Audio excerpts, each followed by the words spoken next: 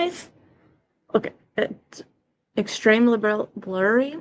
There's nothing I can do about it. The sun is right on the house, and it's just gonna look like this. But we're gonna watch the court case anyway, so you're not gonna have to look at me. How are y'all, Mr. Michigan? We have been waiting for this forever. Finally.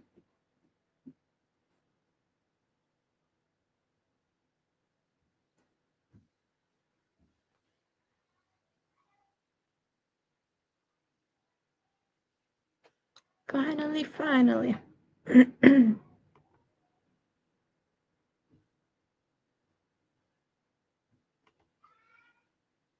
I have some kind of upgraded version of StreamYard. It's free. I did not pay for this. And I don't know how it works.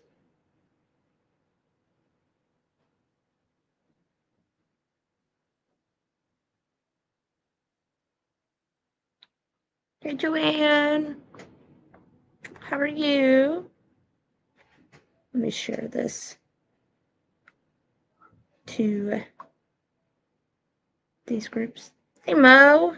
How are you? It's been a minute. Of course, I haven't been on here in forever, so that's my fault. I hope you're doing good.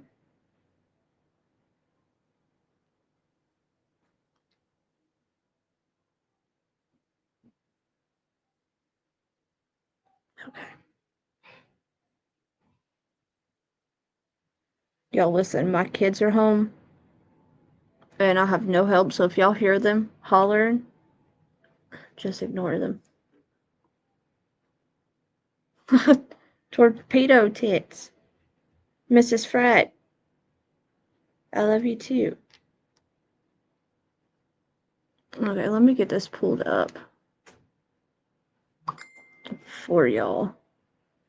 You know, okay, Mr. Michigan, I have to know what y'all think about the whole tweet from Trump. Do you think it made a difference or no?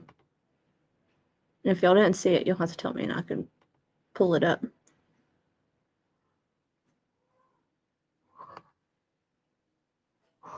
Let's see. Opportunity to say so. I don't want to play all this. I don't want them to strike me for playing everything.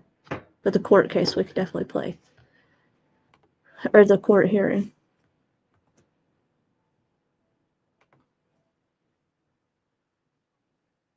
Can I? Yeah, give me a second. Let me get in there and take it down. This is who the news channel that we're using. I hate the heart, so yes, I will take it off of here. Oh god, here comes Crybaby already. Can y'all see this? Better do. No.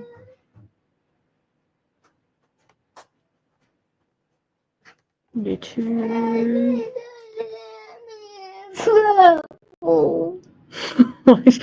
Guess you better behave. Don't come over here because you don't have a shirt on.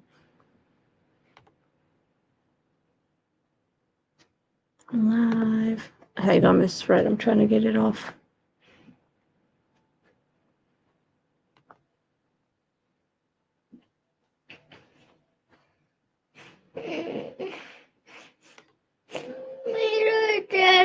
Trouble. Well, you better behave. I'm telling you, ducks. Yep, go back upstairs. You gotta be quiet. Have all you ducks. Okay, it should be gone. You don't think it made a difference? No, but I think it'll make... I'm hoping it makes the judge ask more questions. Whether he answers it or not, that's up to him. Go. Yeah. That was Logan. He's mad. Joanne, yeah. Oh, God bless. Hang on.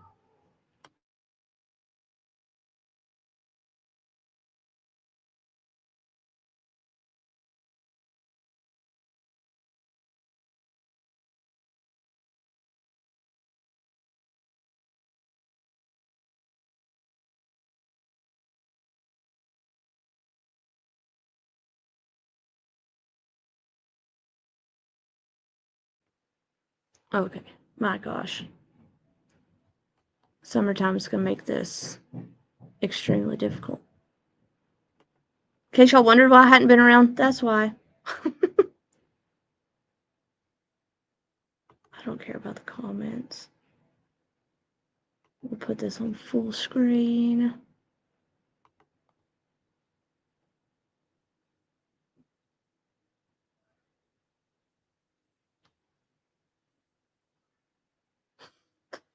Oh, the court, I believe, is supposed to start any minute. No, where's the thing go? I've lost it. There it is. The sentences run consecutive or concurrent. We know in this case that both sides, the prosecution and defense, have both agreed that those Y'all will hear be 4 this? life sentences run consecutively. So Kohberger never having the opportunity to be out of prison. Now, the other Good morning, thing that's Ryan. incredibly important in this agreement, I think still the With him getting most sentenced compelling today, I part don't of this feel like plea he agreement needs to is tell us Kohberger's agreeing to waive how all rights to violent. appeal. So we know Ursula, that good an appeal morning. in these cases can take years, if not Oh, Joanne, I've already decades. warned people, like, So we understand I'm the just gonna be hearing a is blubbering getting ready mess. to Y'all start ignore now, me so today, we'll take okay? you there.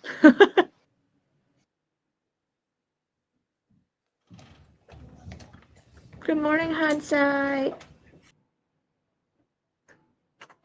I think we're all, like, extremely emotionally As you attached to saw this Brian Kohberger case. there in the chair at the defense It's table gonna be wearing the hard. orange jumpsuit that many people had questions about at his plea deal hearing, why he was not, excuse me, wearing that orange Good jumpsuit morning, then. see you Wasn't taken later. into custody. Now he is officially agreeing and pleading guilty to that. So that's why he's wearing the orange jumpsuit today.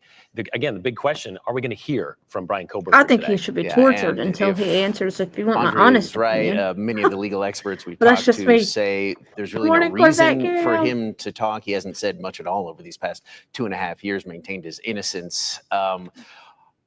Andrea, as you see him now and people start to take their seats there in the courtroom, I know, again, the families really want to hear from them. It's going to be an emotional Happy day, birthday, Ryan. regardless for him, whether or not they hear from Kohberger, but certainly what they say. I Joanne, imagine you feel it's going to free be to very tense, very emotional express how day you in the feel. courtroom today. You're not going to hurt my feelings. Yeah, that's exactly what we would expect to hear directly from these victims' families. Of course, difficult to even put into words. I'm sure the My impact that camera looked these really crimes have blurry. had on these families, but that's I opened exactly my what they're going to computer try up to do to today is to sticky stuff articulate all that over this is their option, my this is their camera for my opportunity. kids And spilling stuff sometimes on I've my heard people computer. refer to it as a day of reckoning. This Awesome. really is, in some ways, as you heard from the Chapin family, they feel like this is a moment for closure.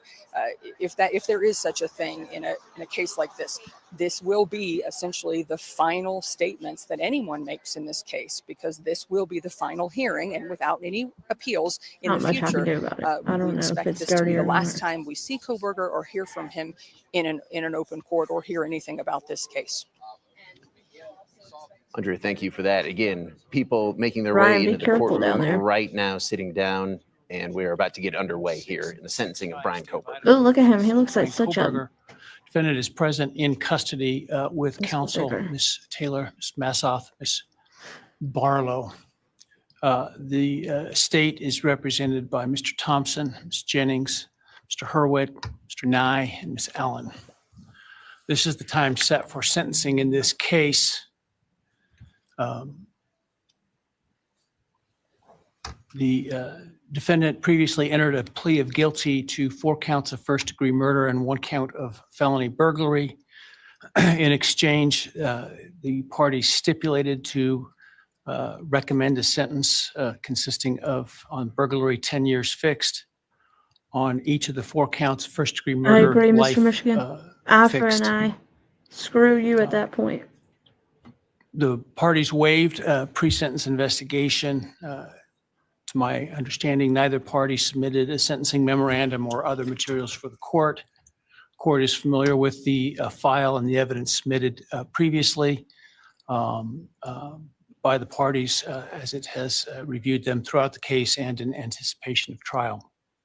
Is there any legal cause why sentence should not be imposed at this time. Exactly, Darzilla. No, Your Honor.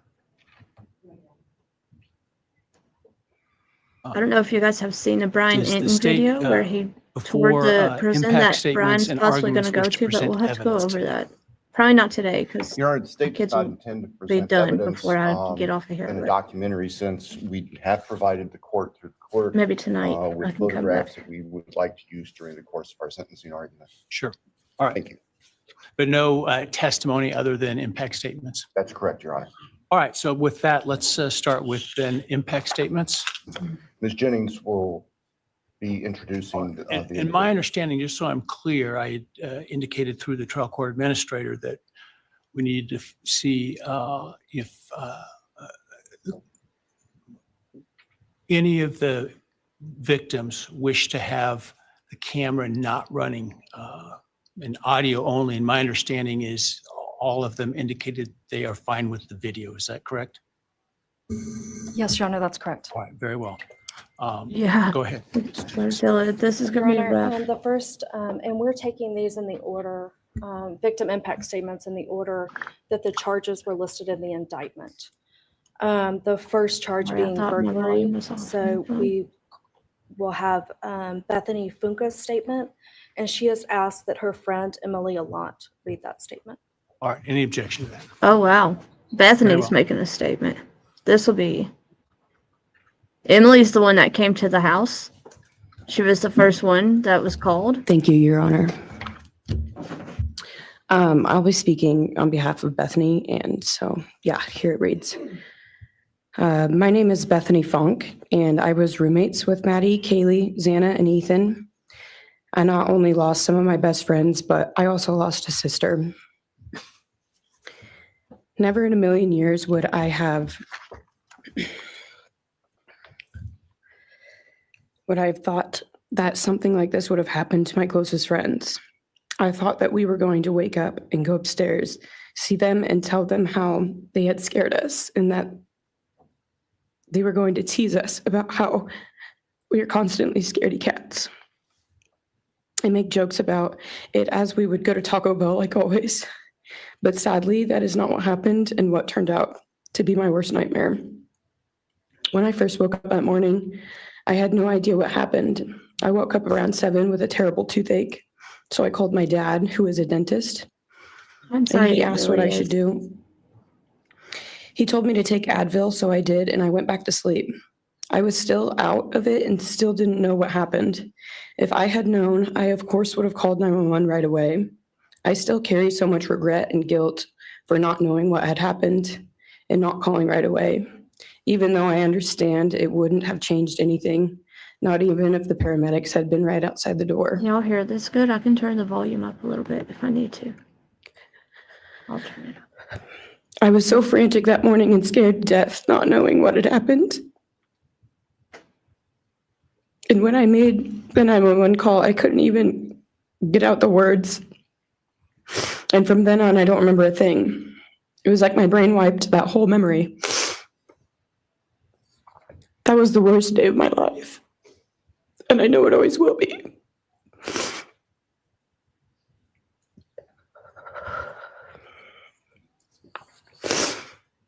While I was still in shock, trying to process the fact that my friends were truly gone, I had been attacked by the public. I was grieving, numb, and unsure of what had happened was even real.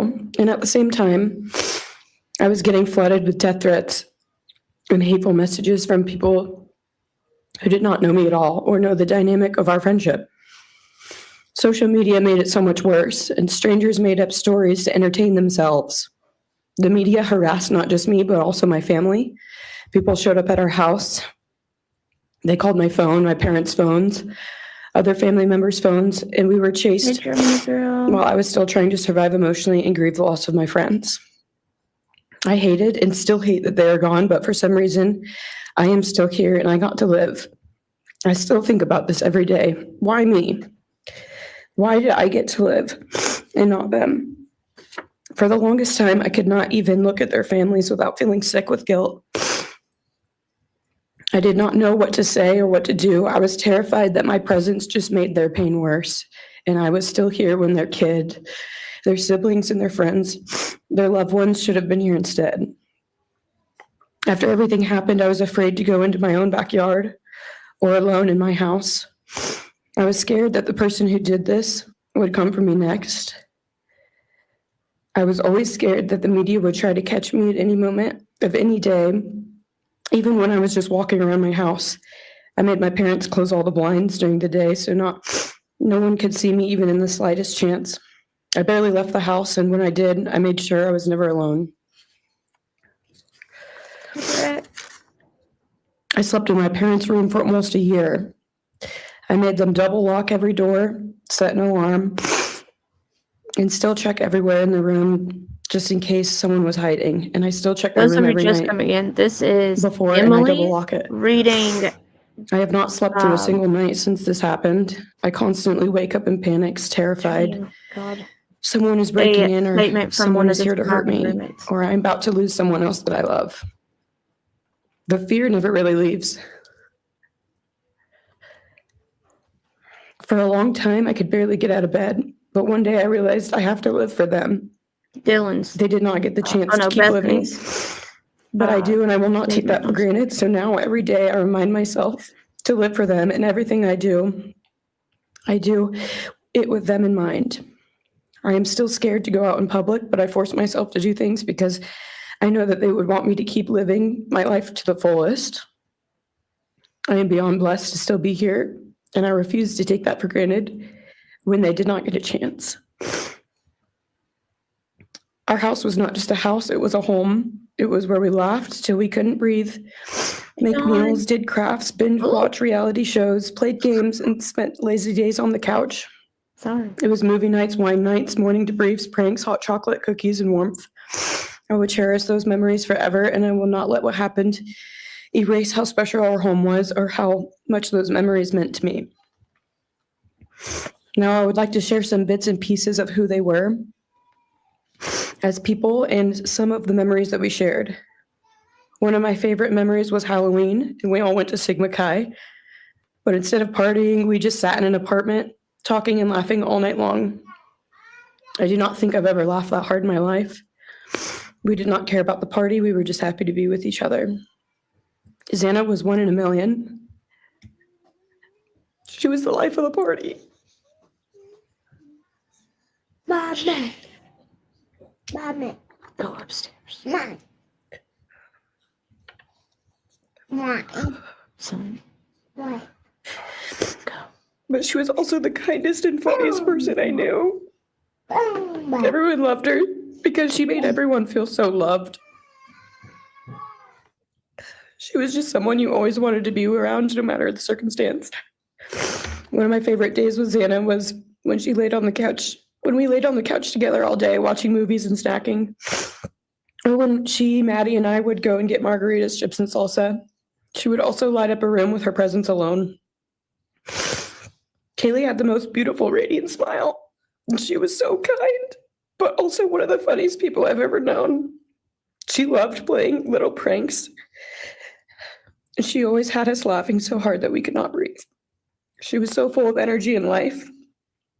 I really believe that she could have ruled the world if she wanted to, and she would have been America's sweetheart. Ethan was the sweetest, most genuine guy.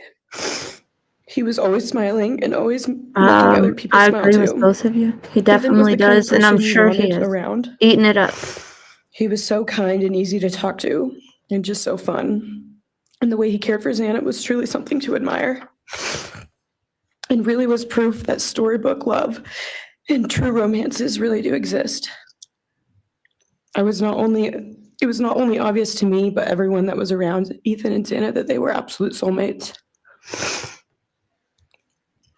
Maddie was not only one of my best friends, but she was the older sister I would have always wanted.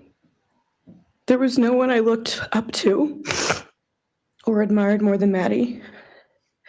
She was truly a ray of sunshine, and everyone was drawn to her. She was so kind, loving, funny, fun, and passionate.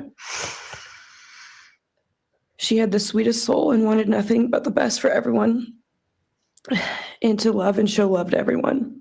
She took me under her wing and always made me feel so safe and included, and above all, loved and valued. She never failed to make me laugh or put a smile on my face. Still to this day, I am beyond grateful that she chose me to be her Sorry, I'm sorority probably little, making and I y'all thank drunk God every messing with day this that I thing. not only got to know her, but had her as one of my best friends. Honestly, I cannot pinpoint one favorite memory with Maddie because I have so many, and this would be a very long read if I Hello, did. Mom. Good morning. But if some little memories with her that I cherish is when the two of us made a nice dinner and split some wine, or when we would binge watch Jersey Shore or Summer House. When we came up with a whole dance routine on Halloween and danced and sang all night, like no one was watching. All the late night walks home from going out, and just little shopping trips and so much more. I am beyond blessed that I had the chance to know each and every one of them. They changed my life in ways I would have never put into words. I hope that they are remembered for who they are, not what happened to them, because who they are were so beautiful, and they deserve to be remembered in the highest way. My heart breaks every time I go to text one of them or how badly I wish I could see and hang out with them. And then I remember I cannot. I will never be able to again. But I still talk to them in my prayers every single night, and I always will. I wish more than anything I could hug them one last time. And I wish I could tell them how much I love them. And even though I cannot, I still tell them every night. I will keep living for them as long as I am lucky enough to still be here. And they were all truly one of a kind, and they will be in our hearts forever and always. Thank you. And please convey to Bethany my appreciation for her courage, and I hope that she heals. Next is Dylan Mortensen. We're asking for some accommodations for Ms. Mortensen and that she be allowed to sit in my seat. Sure. Oh, shit.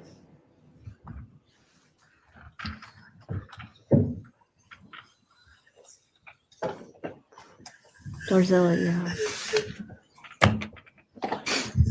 Dylan, just take your time, all right?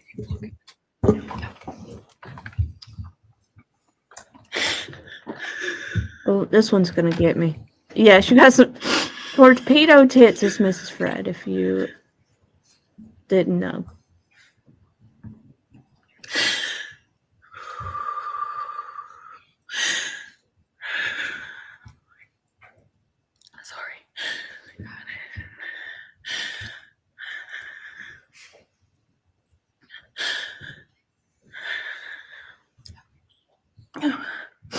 Thank you, Your Honor. What happened that night changed everything. Brittany, I'm not kidding. I felt it in my throat, like, Because of him. as soon as they said her name. For beautiful, genuine, compassionate people were taken from this world for no reason.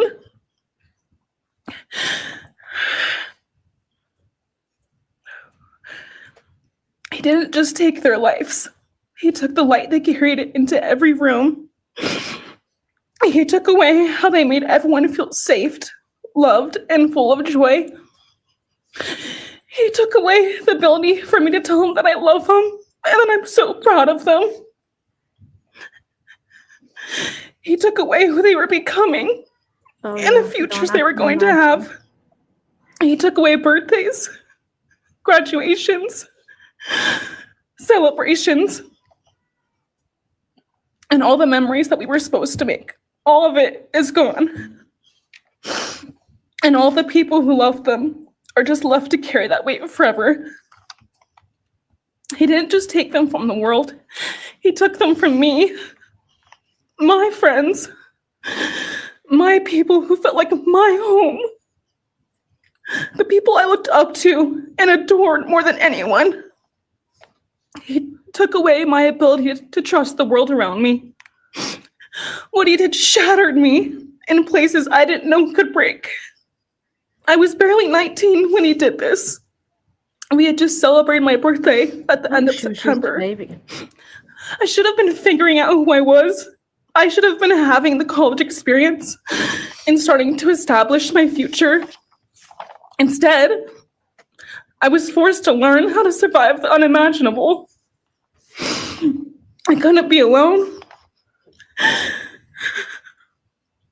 I had to sleep in my mom's bed because I was too terrified to close my eyes. Terrified that if I blinked, someone might be there. I made escape plans everywhere I went. If something happens, how do I get out? What can I use to defend myself? Who can help? And then there are the panic attacks. The kind that slam into me like a tsunami out of nowhere. I can't breathe. I can't think. I can't stop shaking.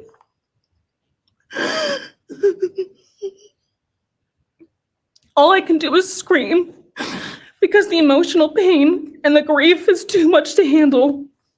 My chest feels like it's caving in. Sometimes I drop to the floor with my heart racing, convinced something is very wrong.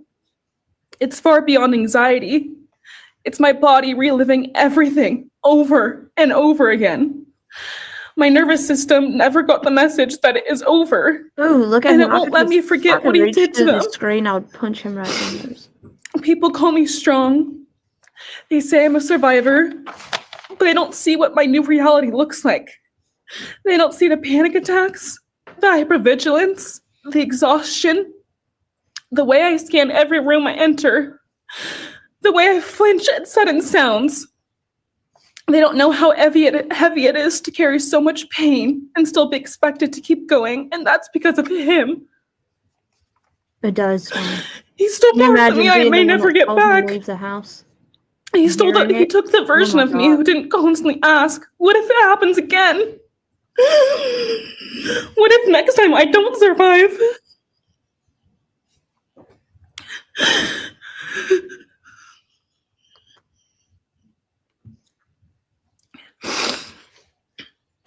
He may have shattered parts of me, but I'm still putting myself back together. Piece by piece, I'm learning how to live in this new version of life. It is not easy. It hurts, but I'm still trying. Still trying, and I'm not trying just for me. I'm trying for them, my friends. About a year ago, I had a dream about them. I got to say goodbye. I told them I won't be able to see you again, so I need to tell you goodbye. They all kept asking why, and all I could say was, I can't tell you, but I have to. When I woke up, I felt shattered and heartbroken, Attorney have a smirk. but on his also face. Do you see strangely her right grateful. here? Like maybe in some way that dream gave us the goodbye we never got. Still, no dream can replace them, and no goodbye will ever feel finished. Oh, I know, Gertie. He is a hollow vessel, something less than human. A body without empathy, without remorse. He chose destruction. He chose evil. He feels nothing. He tried to take everything from me. My friends, my safety, my identity, my future.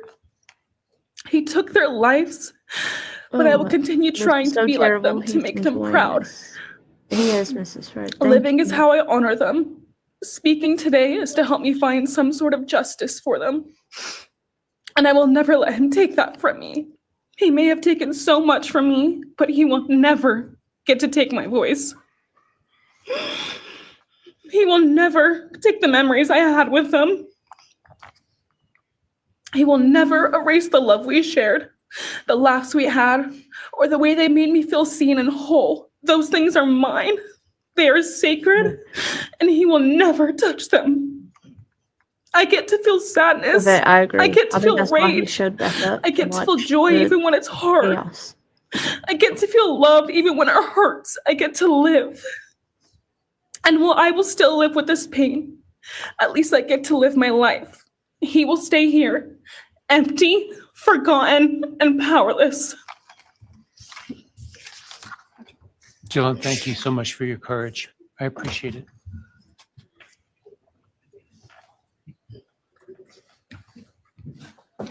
Well, that was rough. That's only a roommate. imagine the families. Good Lord. I'll tell Next, you we who's have going to really members get from us the Madison Mogan family. is the, First would be Maddie's Scott sister. Laramie, Madison Mogan's stepfather. no, Kaylee's sister. I'm sorry. Love you, Miss Fred.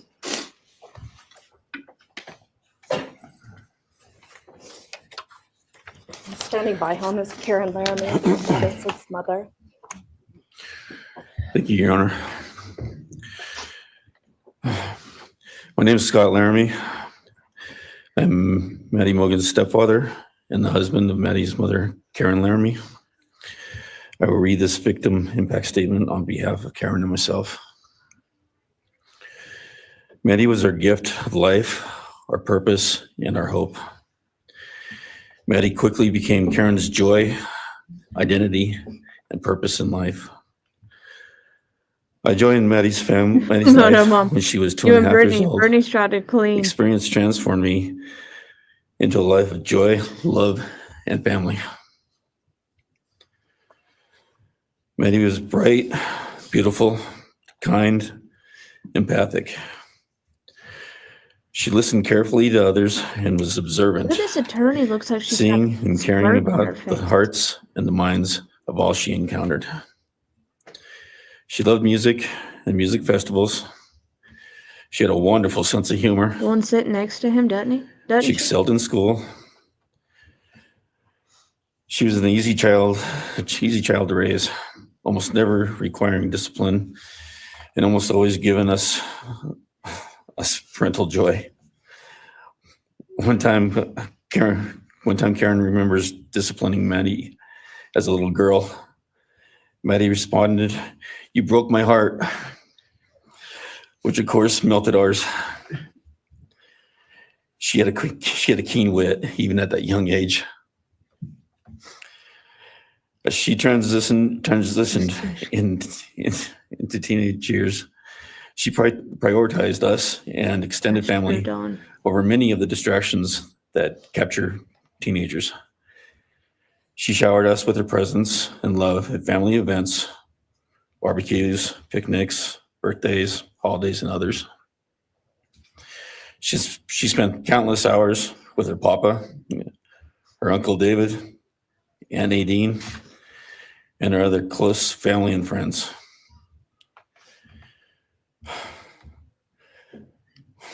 This world was a better place with her in it. As she reached adulthood, Maddie applied her studies to be a marketing professional, entering into an internship at Payne West, and started planning her professional future. As with all things, she involved Karen and myself in the joy of her journey. As she transitioned into womanhood, Karen and I continued to be astounded at this wonderful and accomplished person we had created. All parents dream of their children accomplishing more than them. We realized this dream, all we had not become, she was becoming.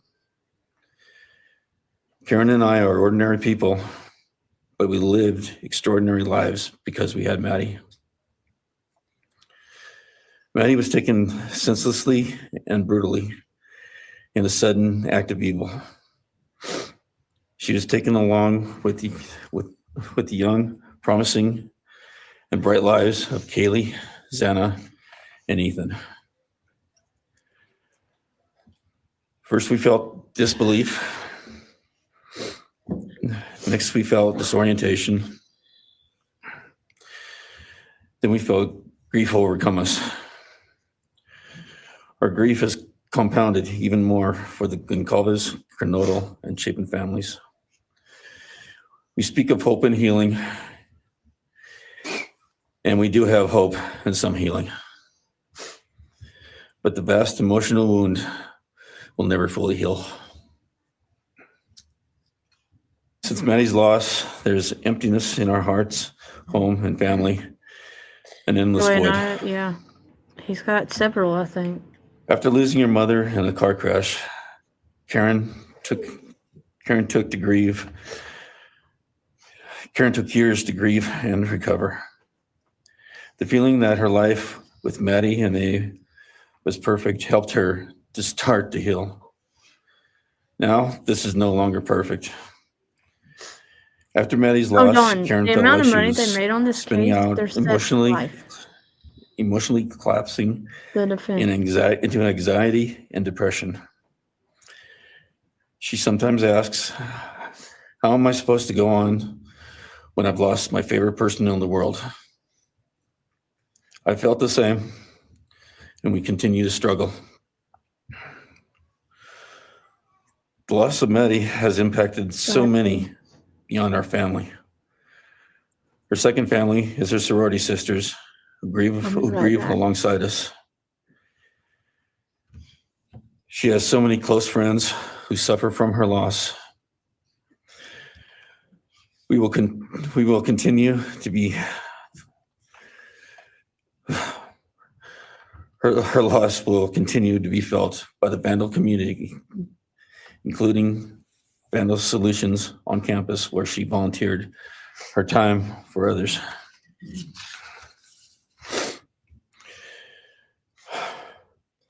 It helps us to know Maddie is in heaven now, freed from the trials of this earth. We, however, continue to live on without the grace and support of her presence.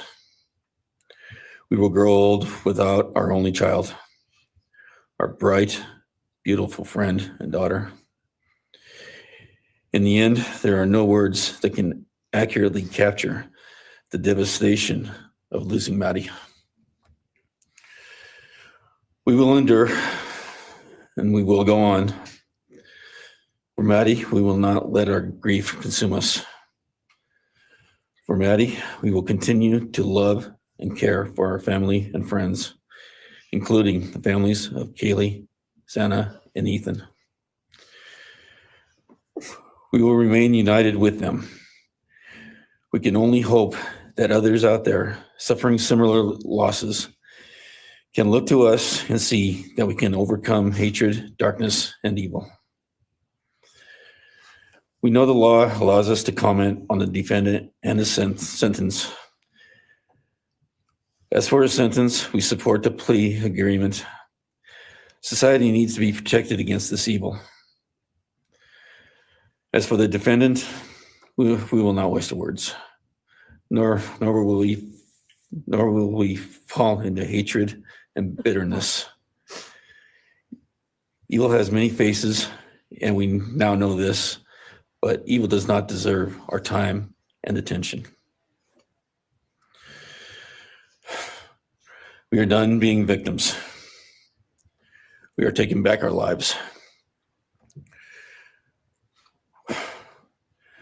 We will turn our time, talents, and attention to hope, healing, and helping others and to the future. We invite all those who have suffered with us on this to join us in our journey. We can make this world a better place. We can move on from tragedy. Adversity will visit us, evil will visit us, but we will overcome. We can and will endure.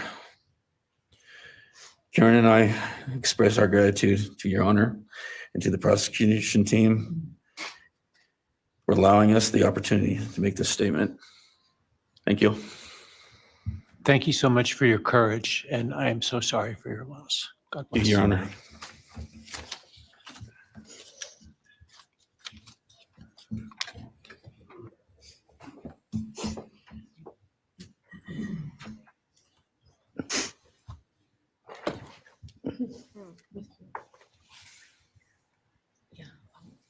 She does. Whoever said she looks like her mama, she Your really Honor, does. So. this is Leander James. He's the attorney for the Mogan family and victim advocate. He'll be reading a statement for Karen Laramie. May it please the court, counsel. My name is Leander James. I am the pro bono counsel for Karen and Scott Laramie. Karen has asked me to read this statement into the record. I thank my husband, Scott, for his statement, his courage, and his unending love and support during this dark time. While words are inadequate to capture the impact of this horrific crime on our family, he expressed it as best anyone could. For Maddie's sake, I will add my supplement statement that incorporates additional impact in the context of my extended family. I am grateful to Maddie's great uncle, Brian Caulfield, for assisting me with the difficult task of putting our pain into words. For me and my extended family, Maddie was our hope and our light. Her beauty, both outside and in, shone its light upon everyone with whom she came in contact. Or so they're Her beauty probably both- can wait till pardon last. me. She carried that hope and light into the future for our entire family. We have memories of our Maddie and grief and pain at her being taken from our presence. Any one of us would have given our own light to have been outshone by hers. We now look to our Creator to know that her light continues where we look to see her in His presence. Those who commit evil for their own twisted gains and purposes truly defile the efforts and sacrifices of mothers, fathers, families, teachers, clergy, public servants, service members, and all those who commit themselves to the greater good, freedoms, and the future light of our nation. Condemnation falls heavily upon those who squandered the lives of our future hopes and dreams. Some may offer forgiveness for what the defendant has done. However, we cannot at this time, or perhaps ever, nor will we ask for mercy for what he has done. His acts are too heinous. The agony and grief he has caused, too great. But we will waste no further words or thoughts on him. For Maddie's sake, we will move on. We will do our best to carry Maddie's light into this world and make it a better place. I thank the court and the prosecution for allowing me the opportunity to make my statement. And I thank all those who have and will support my family and the families of Kaylee, Xana, and Ethan. Thank you. Thank you. Thank you, Mrs. Larmy. Appreciate it. I worry about Steve and Kaylee's sister. Because that girl don't mess around. Olivia. Next is Ben Mogan, the father of Maddie Mogan. Oh gosh, there's a train Actually, coming Your through. Honor, I'm gonna it'll have be to mute Kim that. Cheeley, the grandmother of Maddie Mogan.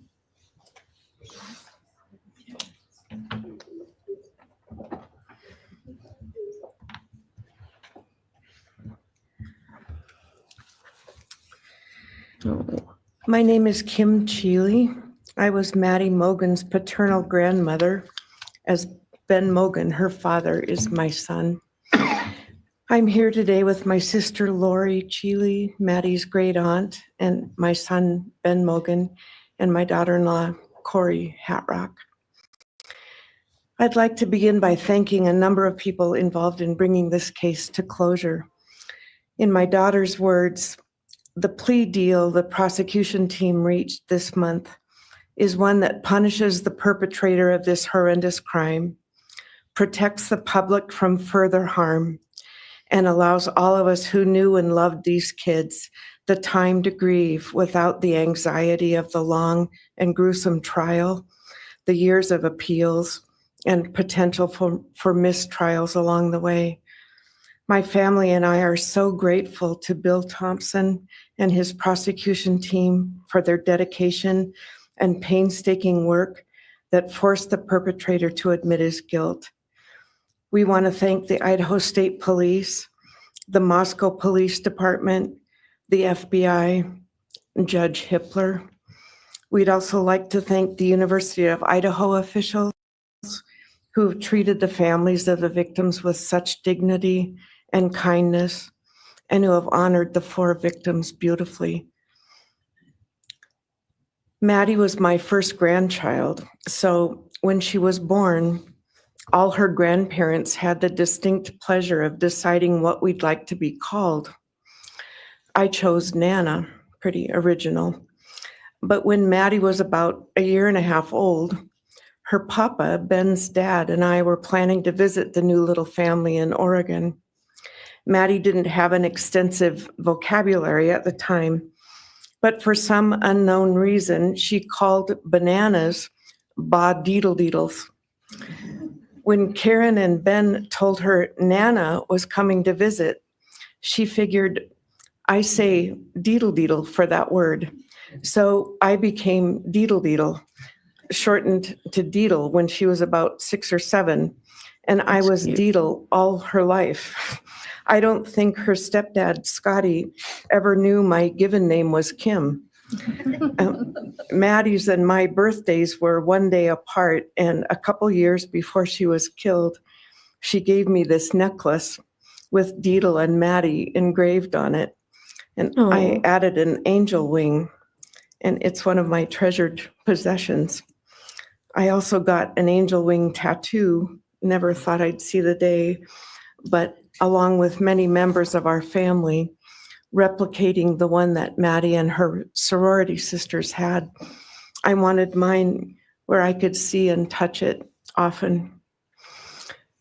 From preschool through grade school, I stopped teaching piano lessons early on Wednesdays and picked Maddie up for bubble baths, brownies, and books. It was our special time together. And she went home those nights in her jammies with a pan of warm brownies for her family. Although Karen and Scotty raised Maddie and did such a lovely job of parenting, we Mogans were lucky to have her for holidays and many other family gatherings. We'll always have our treasured memories of Maddie growing up in our big, extended, cooperative family. And I thank Karen and Scotty Laramie for being so generous and open and sharing Maddie with her Mogan side of the family. When the 4 kids were murdered, the foundation fell out of our world. Initially, the fear was truly debilitating. The first 6 weeks were excruciating. Despite the vigils, memorials, candlelight gatherings of students, friends, family, community members.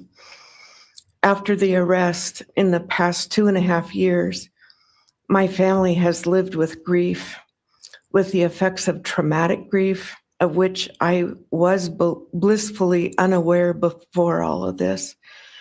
I now have a stack of books on grief. I've attended grief classes at hospice. I've tried EMDR, a technique that helps replace disturbing visions with something more comforting.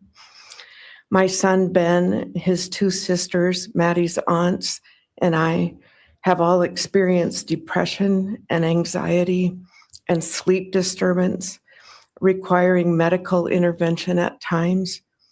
We've all sought counseling off and on. The struggle with media attention was extremely difficult, especially for Ben. No one should live through the violent murder of one's child. Some days it's beyond me how the parents of these kids are still upright. I'm thankful for the strong families and communities that are supporting the survivors.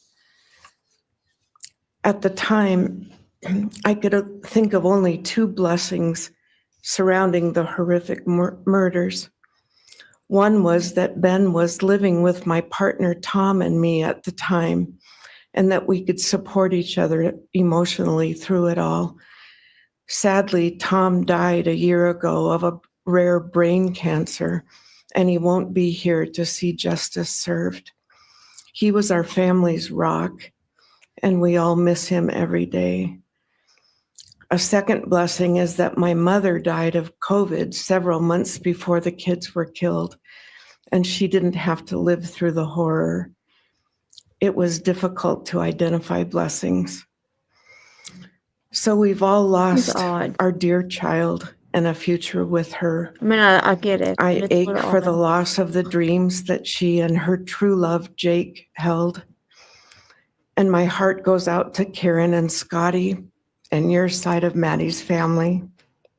You've had more than your share of loss. My heart aches for the kids' roommates and the families of the other victims, and also the family of the perpetrator.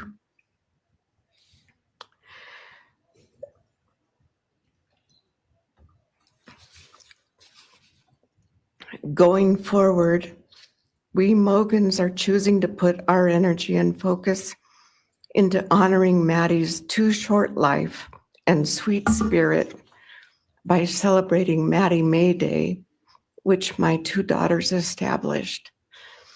On May 25th each year, Maddie's birthday, we encourage folks to do random acts of kindness in Maddie's name.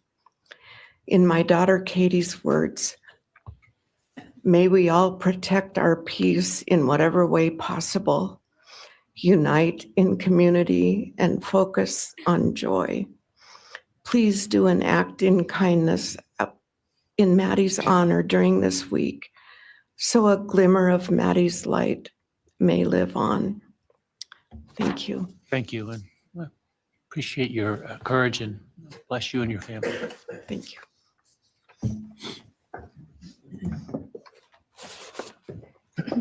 Now it's Ben Mogan, Maddie Mogan's father.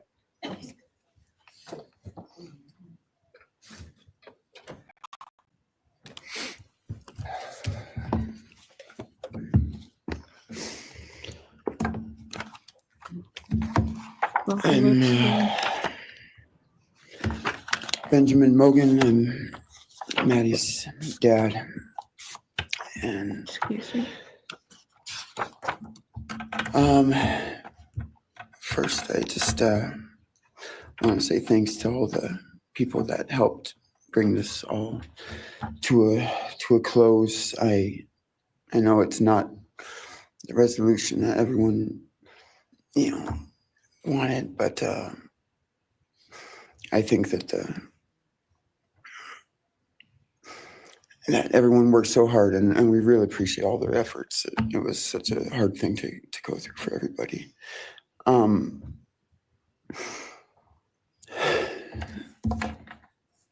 Maddie was my only child that I ever had. She's the only great thing I ever really did, and the only thing I was really ever proud of. And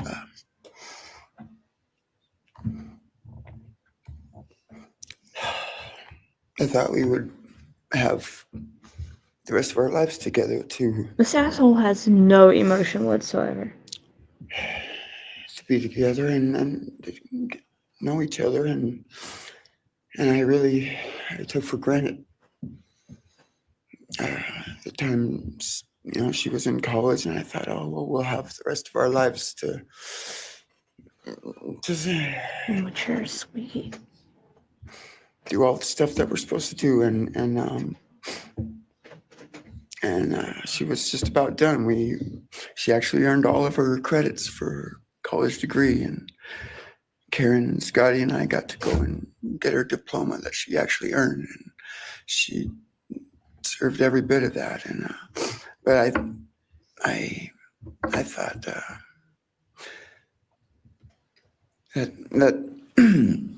that was going to be just the beginning of a long life together, and we never got that. Karen and Scotty did such a great job raising her after Karen and I split up, and I'm so thankful for Scotty and the role that he played in her life when I wasn't able to. But we got to spend a lot of great times together, Maddie and I. She was my favorite person to go to a concert with. We got to see some fun shows together, and I told her, if there's ever a show that you want to go to, let me know, and I'll get you tickets for you and your friend, or if we want to go together, we'll make it happen. And my favorite memory with her was when the Mac Miller show sold out here in Spokane, and everyone wanted tickets, no one could get them, and they, on the last day before the show, they did a radio thing, and I got 4 meet and greet tickets for Maddie and her friends and me to go and see the show, and that was her favorite artist at the time, was Mac Miller, and he's gone now too. And my little cousin Zach drove us all there that night, and he's gone too, tragically. And Oh, this poor dad. The Wasn't last thing that she it's ever awful wrote to say, to but me was wasn't he this one of the Father's ones Day that was card. strung out when all this And happened? I'm so glad I still have it. I'm just going to read what she said. It says, "Happy Father's Day. I hope you have the best day. I can't wait till we can hang out again soon. I'll be in Coeur d'Alene, 624 to 74. Hopefully we can find a time then. I love your birthday card that you sent me, by the way. Maybe we can see a concert sometime soon. I'd love to see the gorge when it's not so smoky out. I hope you're doing well. I'm proud of how far you've come. Thank you for always encouraging me to do my best.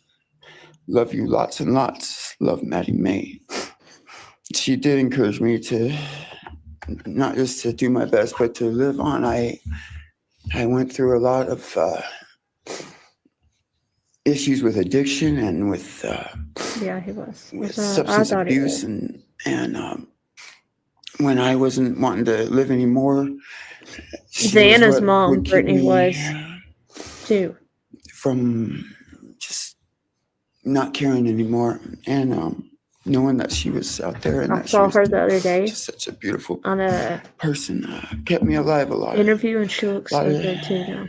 rough moments, and I'm so glad that she was able to meet Jake. He was the only one that actually ever got to take her to the gorge. They went and saw Watershed together, and yeah, they had a heck of a time. I'm just glad she got to. That's a really special place for me, and she always wanted to work out there with me in the summer sometime. And she never got to, but at least she got to see it once with Jake. He was such a great guy. He is such a great guy. And I really wanted to see what a future with them would have looked like. I'll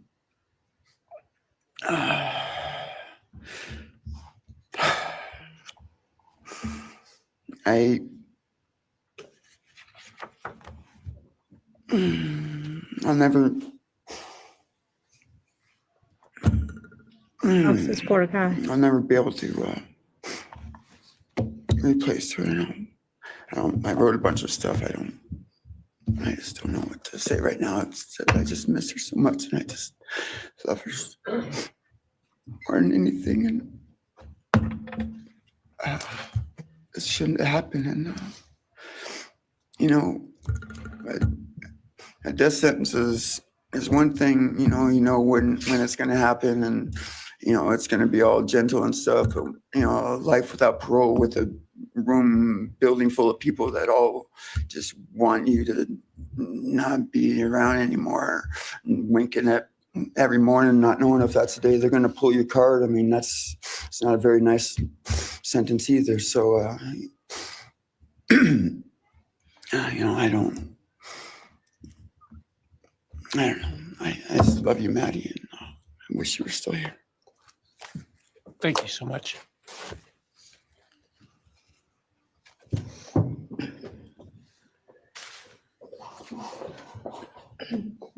Your Honor, next would be members from the Kaylee Gonsalves family.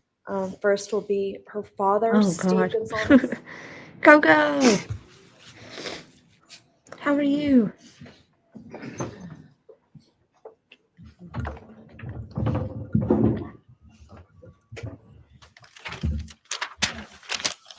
Oh shit! Look, he turned. Oh God. Today, Steve ain't we are playing. here to finish what you started. Today, you've lost control. Today, we are here to prove to the world that you picked the wrong families. Wrong state, the wrong police officers, the wrong community. You tried to break our community apart. You tried to plant fear. You tried to divide us. You failed. Instead, your actions have united everyone in their disgust for you. I just learned from these lead investigators, to their shock, they worked in an investigation and actually worked with Pennsylvania police officers and the federal FBI. You united everyone. Everyone was united after you. None of us are divided. We are united in our disgust and our love for these children. Today, you have no name. Because when this all started, we all came together and we said, let's stop even talking about his name and just use initials. Man. So even the media just calls you BK. That's all you are. I'll have to go help Logan. I'll be right Looking back. back when the police officers knocked on my door, told me what happened to my child, told me what happened to Maddie Mae, I don't think he was even out of the driveway before my kids turned around, looked at me and said, what do we do, Dad? I told him, you get to work. You get your ass to work. And we started calling, we started texting, we started emailing. And you know what? Within hours, we had your white car on the camera. We knew from the very beginning we had you. Police officers tell us within minutes, they had your DNA, like a calling card. You were that careless, that foolish, that stupid. Master degree, you're a joke, complete joke. But we took this disaster and we did what we could. We put everything online. We took our kids, we took our images, we took everything that they did, their videos, their photos, the girls' pranks, Ethan singing. We put it out there, we shared it with the world. And the world united. And all they ended up, when they talked about this case, is they talked about Kaylee Jade, Maddie, and Ethan. Everything what these people meant to us, a father, a mother, a brother, a sister, we shared that with our community. Then we shared it with our state. We shared it with the country, and eventually we shared it with the world. The world's watching because of the kids, not because of you. Nobody cares about you. Ooh, get You're him, not worth the Steve. time, the effort to be remembered. In time, you will be nothing but two initials forgotten to the wind. No visitors, nothing more than initials on an otherwise unmarked tombstone. From this moment, we've all started. From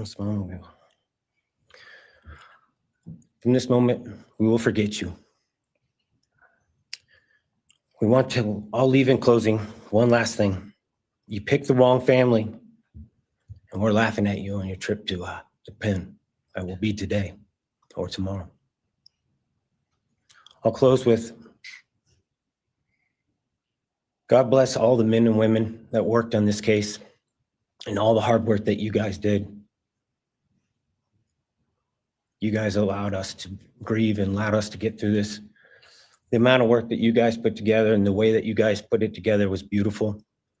There was hard times to be expected, but thank you all. God bless. Thank you.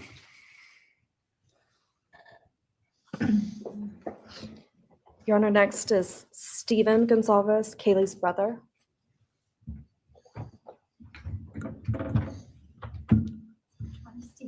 I love how Steve turned that Olivia podium and Gonzalez, looked him right in the Kaylee's eyes the sister. entire time. Hello, I'd like to start by thanking the court for allowing me the time and opportunity to speak today. My name is Olivia, and I'm the big sister of Kaylee Gonzalez, and I was blessed to love Madison Mogan as a sister too. I'm not here today to speak in grief. I'm here to speak in truth. Because the truth is, my sister Kaylee and her best friend Maddie were not yours to take. They were not yours to study, to stalk, or to silence. They No, were he two wasn't, pieces of a Mr. whole, Bishop. the perfect yin and yang. They are everything that you could never be. Loved, accepted, vibrant, accomplished, brave, and powerful. Because the truth about Kaylee and Maddie is they would have been kind to you. If you had approached them in their everyday lives, they would have given you directions, thanked you for the compliment, or awkwardly giggled to make your own words less uncomfortable for you. Nicole. In a world that rejected you, they would have shown mercy. Because the truth is, Dawn, I'm you and me both. angry. Every day I'm angry. I'm left shouting at the inside of my own head everything I wish I could say to you. The truth I about need to me do that too. is when I heard the news, I didn't cry. I listened for them. I promised them I would, that I would fight for them, that I would show up no matter what it cost me. I swore I'd never let them feel alone. Because you see, I've always been their heavyweight. I've always been the one to fight the battles they didn't feel ready to fight themselves. All it ever took was a call, and they knew I would handle it for them, no matter the time, no matter the cost. They could wave their white flag because they knew I would never back down, not for them. And not even death could change that. Somewhere along the line, I started to think about what I would say to them if I was given just one last chance. If I could gather enough heartbreak or love or sacrifice or whatever it took to get just one message across, what would I say? Throughout this entire process, I've written my feelings down at every moment, my wishes, my love, my denial, my anger.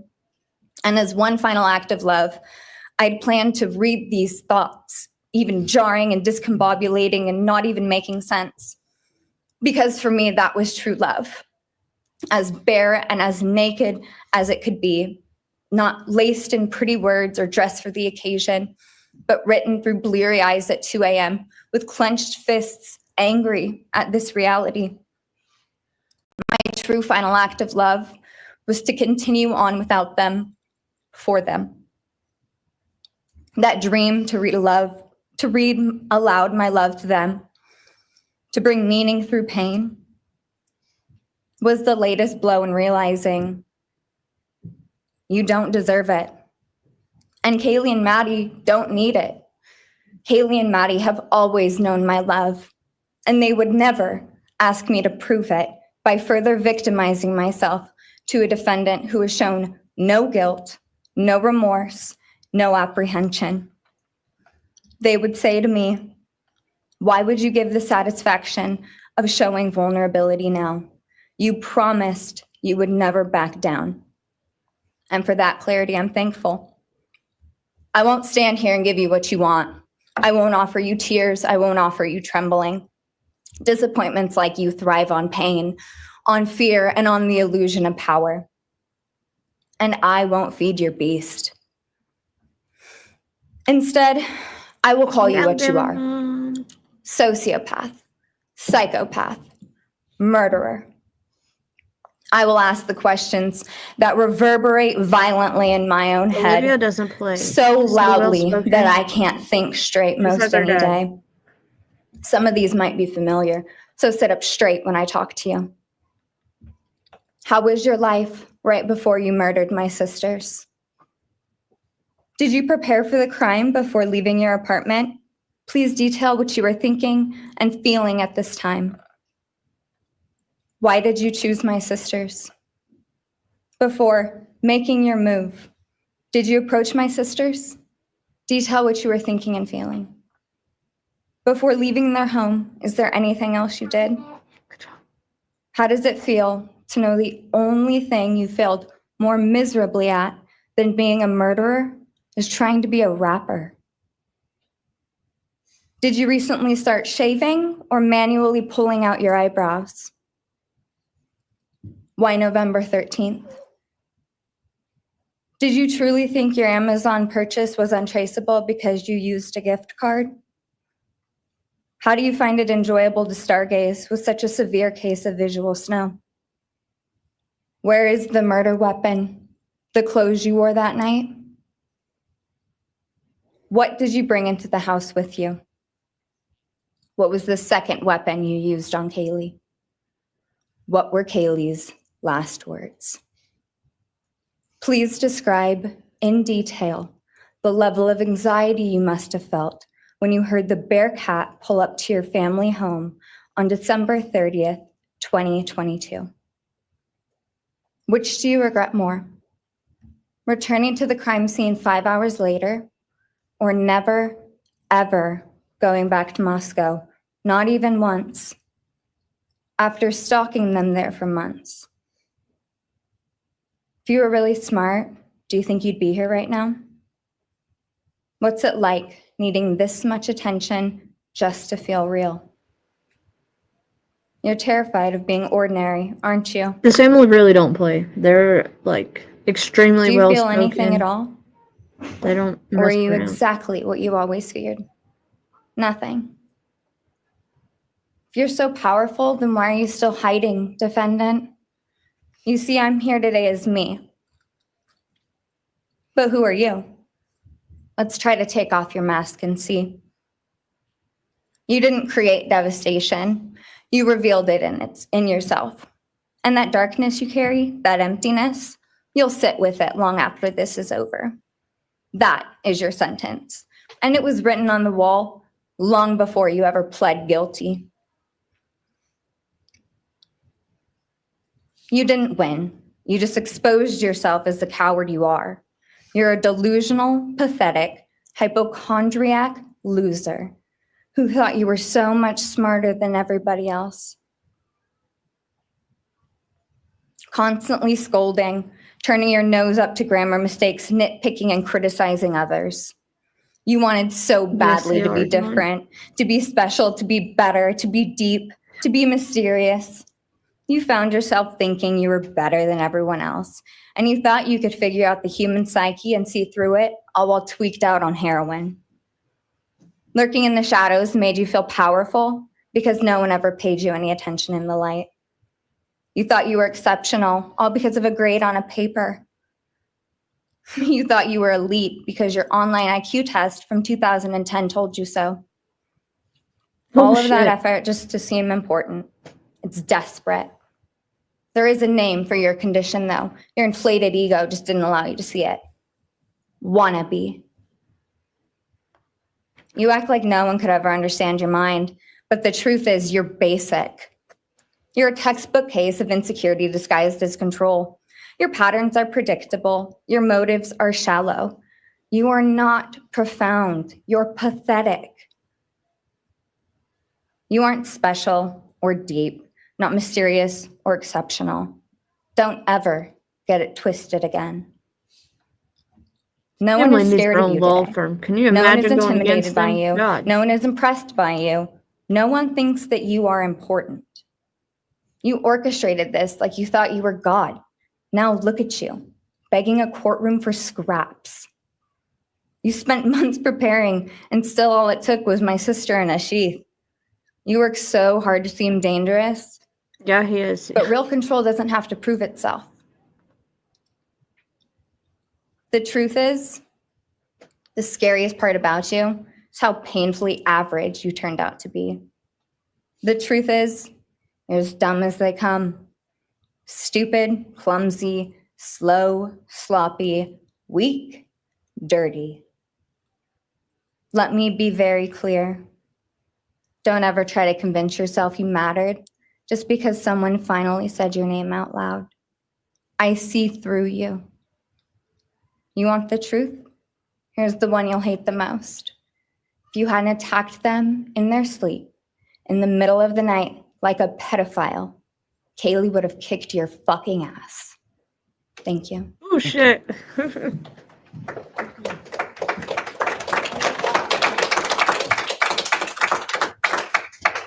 Mic drop.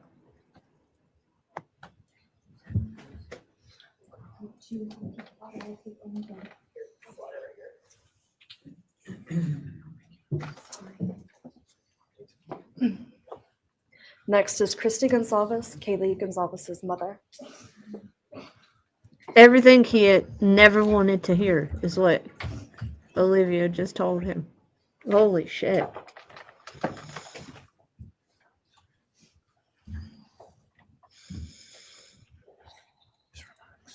Hey, Toots.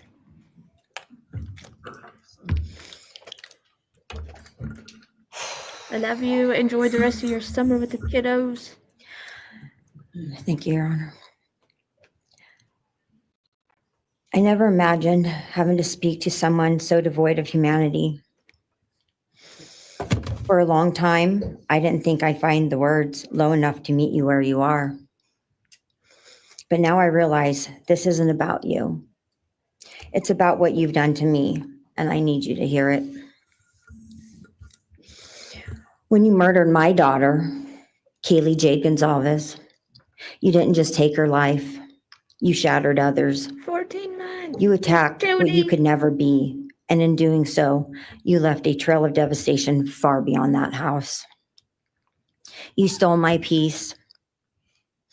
You've altered my every waking moment, every sleepless night, the way I view the world, people, safety, trust. It's all been changed by your cruelty. I no longer recognize parts of myself. Joy is harder to find. Freddie? Laughter feels foreign. The world moves forward, but I'm suspended in a place of sorrow and rage. You've taken from me something that can never be restored. The grief sits with me every day, some days quietly, and other days so loud it drowns out everything else. The emotional toll you've inflicted on me is immeasurable. I live with a constant ache, with birthdays that are now memorials, with holidays that feel hollow, with empty see chairs this? that scream louder than words ever Right could. here. I am forever changed. It's a heart But for you, on his paper. as a person working on a PhD You in see criminal it? justice, you really didn't think this one through. You're not that good. In fact, you're not that good at anything. You couldn't secure a job. You couldn't get along with others. You couldn't even get a female to look in your direction. All because you are pathetic. Now you're a joke in this courtroom.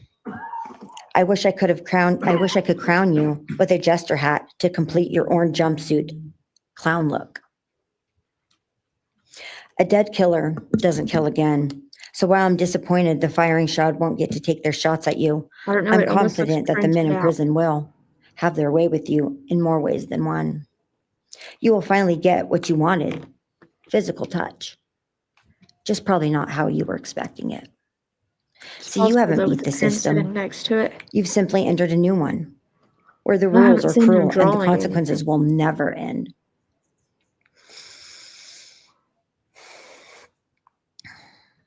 You are entering a place where no one will care who you are and no one will ever respect you. You will be forgotten, discarded, used, and erased. You will always be remembered as a loser, an absolute failure.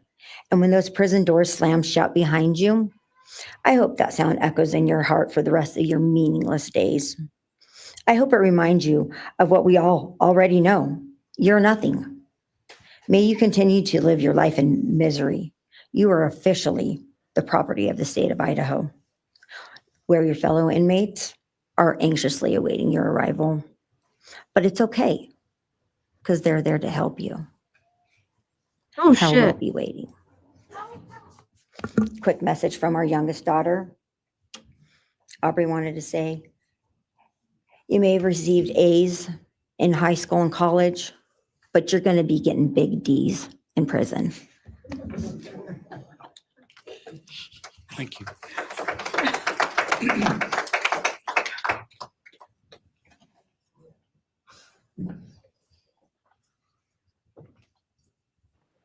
Okay, sorry, you guys. Do we But have I'm gonna more make from the myself Gonzalez family, or are bigger. you- Yes. Could Next y'all will be see the Shannon heart? It was Gray, weird. Gonzalez She family did use his attorney, who own will be words reading against him. statements Piece from of Kaylee shit. Gonzalez's grandmothers. That family, I'm telling you, they have just mic drop Your the Honor, whole thing. Shannon Gray, the attorney for the Gonzalez family. I Savage actually have as 3 fuck. statements, one from her aunt and 2 from her Y'all grandparents. excuse my language if you don't like it. I'm sorry, but your girl cusses like a sailor. This is from her aunt, Tammy Butts. I'll have to go back and cut these. You in the like, cloak of post them as darkness shorts. made This a is- decision to turn our whole family's world upside down forever. You in the No cloak of pause, darkness Brittany. took our Kaylee J. Gonzalez away from us all without hesitation. Never have you shown any remorse or regret. We just get creepy, non-expressive stares as you have your team of women defend you. Now or never. Haley was a Thank you, strong, Maurice. kind, fun-loving, caring person, and she will greatly be missed by all her family and friends for the rest of our lives. She had goals in life that you took from her and us. We lose on watching her enjoying her life, working hard and building the future she wanted. Gotcha. She was ready to start that after college life. You in the cloak of darkness took it all away. You left us without her future wedding, her future children that she would have added to our family. No more talking to her on the phone, going for a coffee, celebrating holidays. It's all gone. You in the cloak of darkness gave each and every one of Kaylee's family members their own lifetime sentence.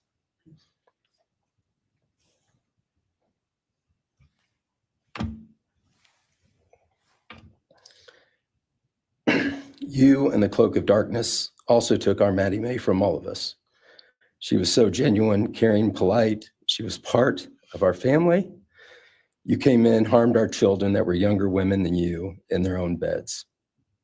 You're nothing, you're a coward. It's not right that you have received life.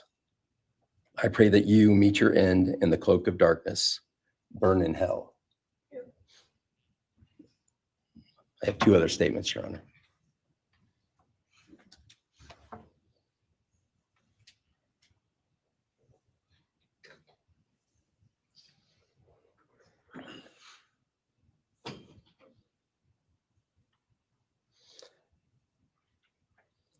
This is Linda Lucan's statement. This is Kaylee's grandmother. I really don't know how to address something so inhumane, but I will try. Nothing in the past 2.5 years has made any sense. All I get is you cowardly went into a home at night, filled with what I'm sure you thought was all sleeping girls, and went on a vicious killing spree for no other reason but to appease your demonic urges. You took my granddaughter Kaylee from us, plus 3 other beautiful lives. You took my granddaughter Kaylee, beautiful, sweet-souled, doll-faced Kaylee, who was getting ready to start her amazing life, who had such a bright future, who was loved by so many, who you were so envious of. She had a life you could never have. You are so beyond human. You're definitely a demon from hell. I truly wish your punishment would be the same death you inflicted on our kids. But I think you will meet some new friends in prison who will be there just to help you. Thumbs up.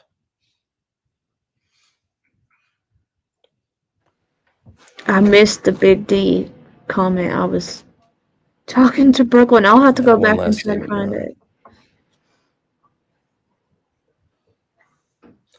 This is from Cheryl Gonzalez, Kaylee's other grandmother. John 1:5 says, light shines in the darkness, and the darkness overcomes it not. Somewhere in your life, some jealousy, envy, ego, something went dark. It pushed out all light until you became dark and evil. Shit. And when you saw my granddaughter and her friends, Yeah, I their missed light, that because they part. have such a light, you couldn't stand it. Because the darkness in you could not stand the light in them. And so you decided to destroy it. That's awesome. Cowardly, you walked into their rooms in the dark and took their lives, hoping to get rid of your darkness. But you didn't. You failed. Because you know what was once a light shown only to their friends, families, and loved ones is now all over the world. Everyone sees it. Their smile, their beauty, their plans, everything they were and had.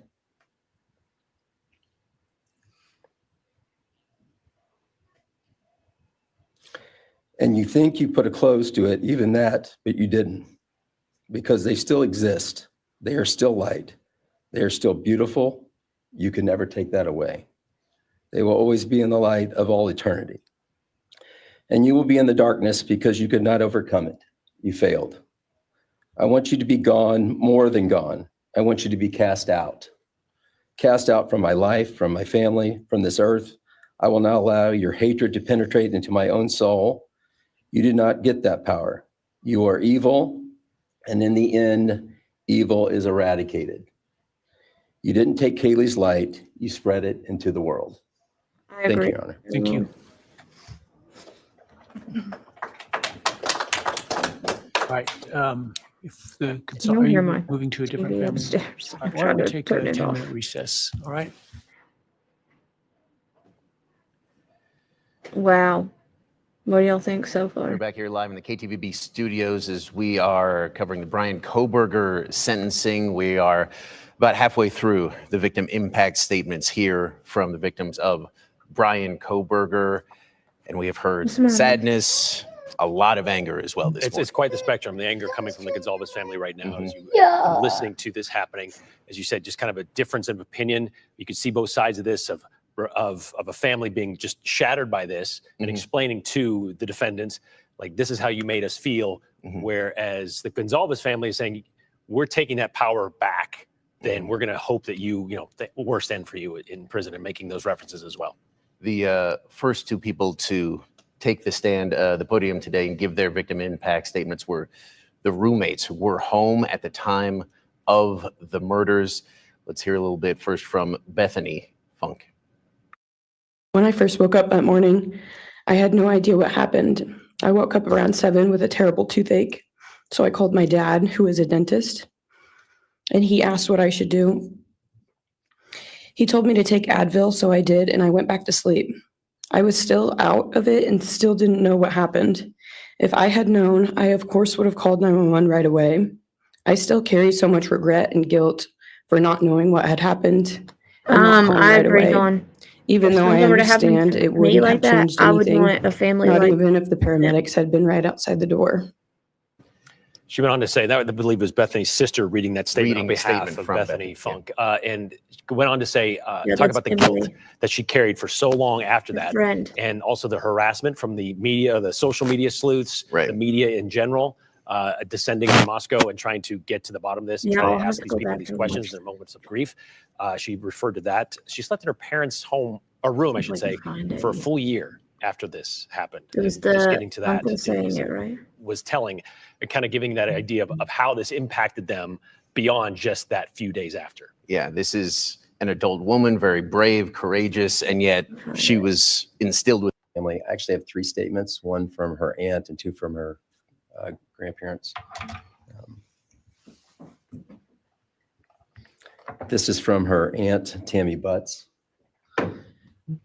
You, in the cloak of darkness, made a decision to turn our whole family's world upside down. Where the rules are cruel and the consequences will never end.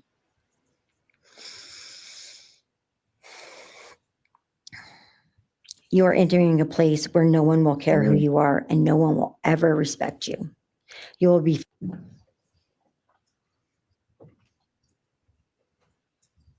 Do we have more from the Gonzalez family, or are you? Yes.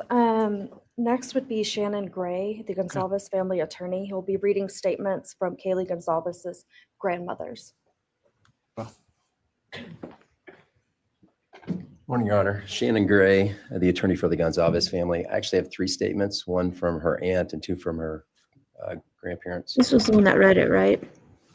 I'm trying to find it before it comes back on. This is from her aunt, Tammy Butts. You, in the cloak of darkness, made a decision to turn our whole family's world upside down forever. You, in the cloak of darkness, took our Kaylee J. Gonzalez away from us all without hesitation. Never have you shown any remorse or regret. We just get creepy, non-expressive stares as you have your Yes, team of Dawn, women that's defend you. right. Haley was a strong, kind, fun-loving, caring person. She was the one they and she called will first greatly thing. be missed by all her family and friends for the rest of our lives. She had goals in life that you took from her and us. Kaylee's We mom. lose Okay. on watching her enjoying her Here we go. life, Clip. working. And I missed it for real. See, you haven't beat the system. You've simply entered a new one where the rules are cruel and the consequences will never end.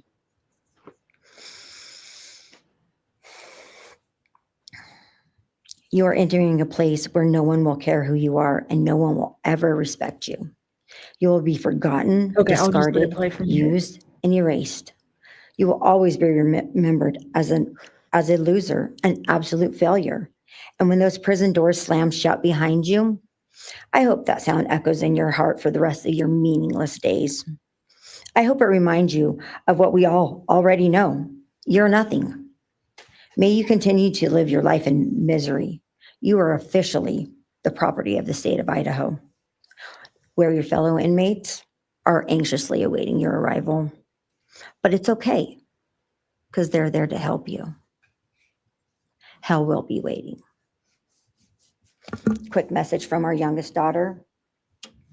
Aubrey wanted to say, you may have received A's in high school and college, but you're going to be getting big D's in prison. Thank you. Oh, wow. Damn.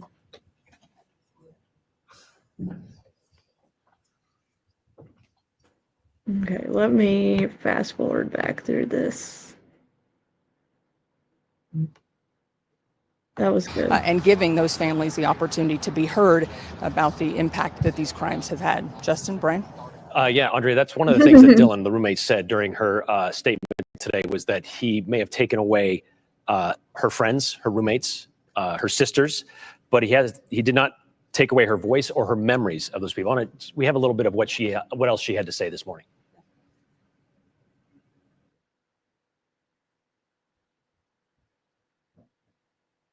He didn't just take their lives.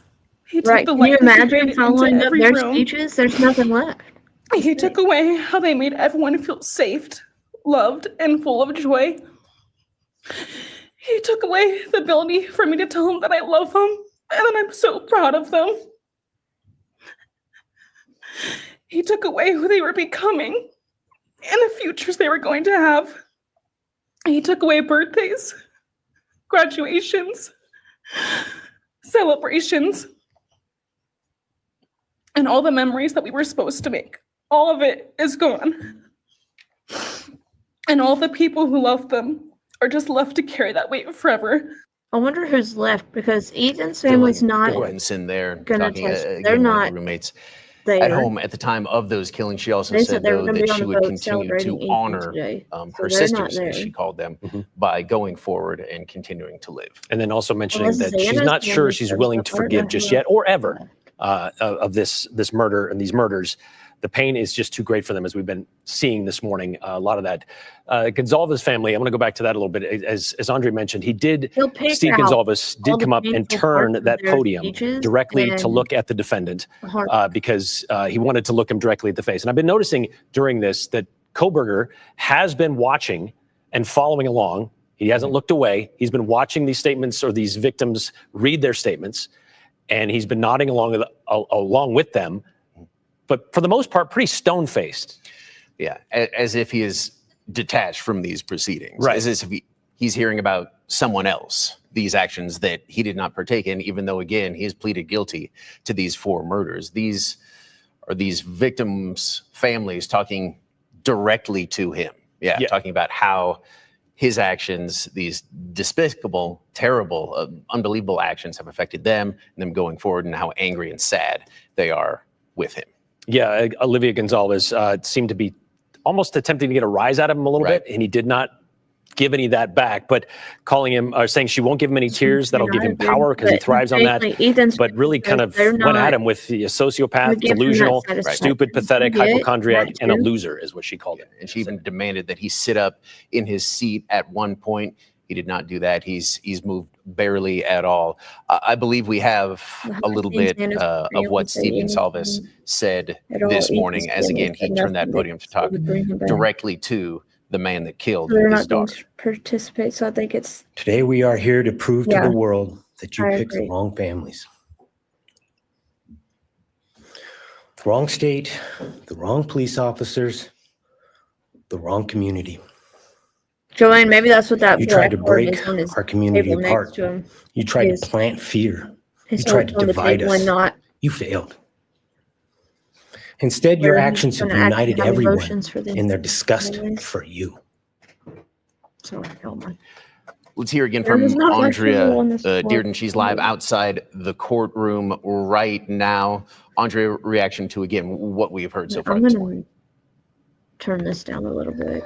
Well, what I think is interesting is to take a step back and kind of look at the feel and the mood inside the courtroom. It's We do really have loud Morgan there, but I Romero wanted to make inside sure in the y'all could hear courtroom, it. and so we will hear from her later. We could Anybody care that less went about what into the the- courtroom they're has to stay saying. in the courtroom for the entire We know a guy who proceeding. killed his parents They're not during able the to come impact and go, statements. so He we'll have to legit wait laughed to out hear loud some several times. specifics. What But the I think just in watching it and thinking about the dynamic, you heard at a couple of points, people applauding. You can hear sometimes Dawn, that's what I'm crying or saying. She's sobbing in been the grinning with that stupid this, grin at the this whole point in time. this hearing, it's really the first time and the most powerful time that you've had most everyone in that courtroom there. I've seen in Xana's support mom of the say prosecution, things in recently. support of these That's a victims in gag this order. case, and so you know, But you guys can only have, imagine if that you that's remember, a she very was real isolated strung place, out and knowing in the Brian beginning Courtney, of the this. defendant, knowing that I believe everybody, now she's all the cut and eyes are clean. on him, but She not looks in a lot in better, way but of I'll wanting, be being interested to see curious, if but they're instead, actually, as you if said, she's there. going out of their way to At the try end, when it to was time to essentially talk, his minimize only him, words was,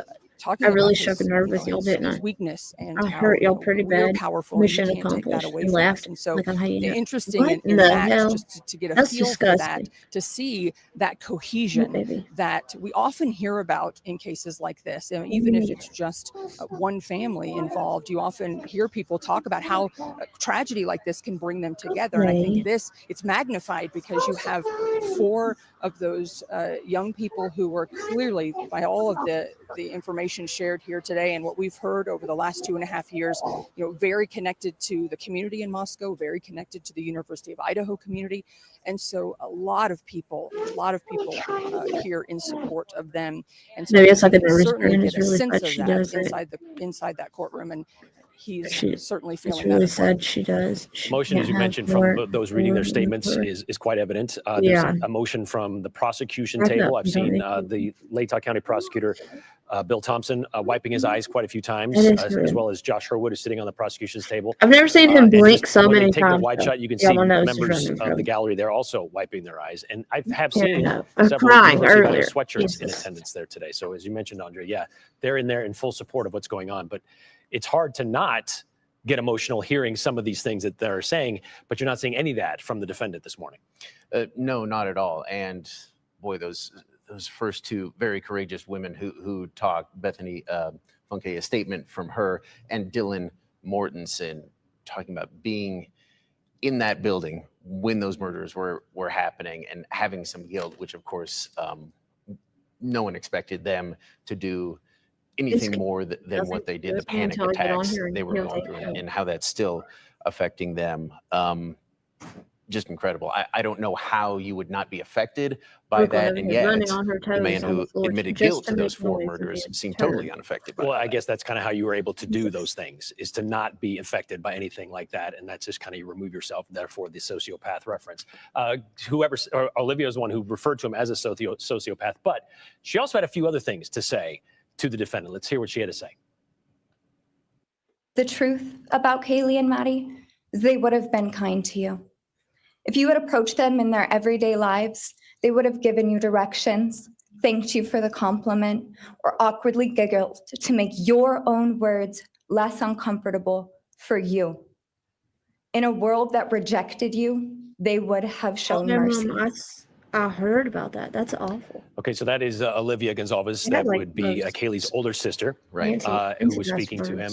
Let's check in again one more time with Andrea outside the courthouse imagine. today. What else have you picked up Losing on a listening pet, to these But statements? much less losing 2 at the same time. They had to have been sick or something. I think, you see the emotion, and certainly that is, it's, tugs at your heart as you listen to these people. I mean, really talking about, every moment of their shoot. life being affected by this, truly saying we will never be the same. You've heard them talk about therapy that they That have strip had must to be at your undergo house. and anything that they can do to try to feel just a little bit more normal.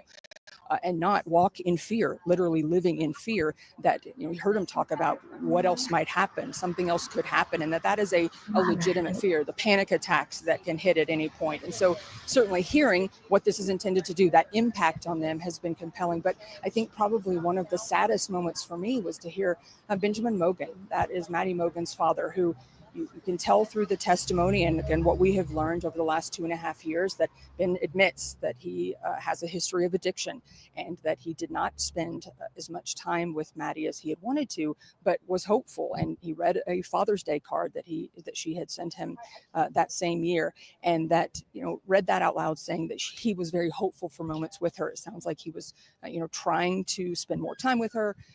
He did speak about, gave a lot of, he honored her mom and her stepfather, who also issued or gave statements today in court, talking about what a great job they did at raising her. But I think just listening to him, he said, I have so much here written, but I just really want you to know that I miss her so much. And I think that kind of what could have been, that what if, was probably most palpable in listening to him talk, because he doesn't have the same memories or the depth of the memories that the other family members were able to speak to.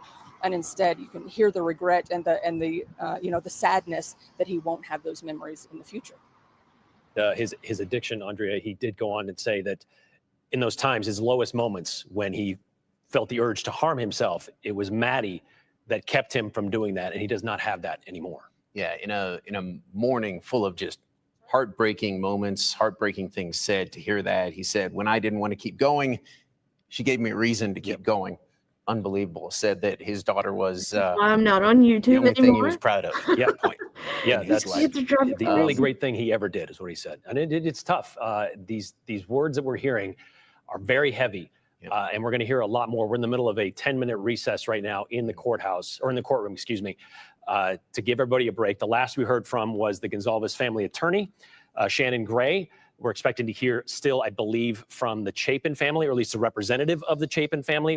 And we've heard from the Mogan family. We've heard from the Mortons, Dylan Mortensen, the roommates. Yeah, and so and the Gonsalves family. The Gonsalves family. Again, as Andrea told us, the Chapin, at least Ethan Chapin's parents, not there. They're trying to, as best they can, move on.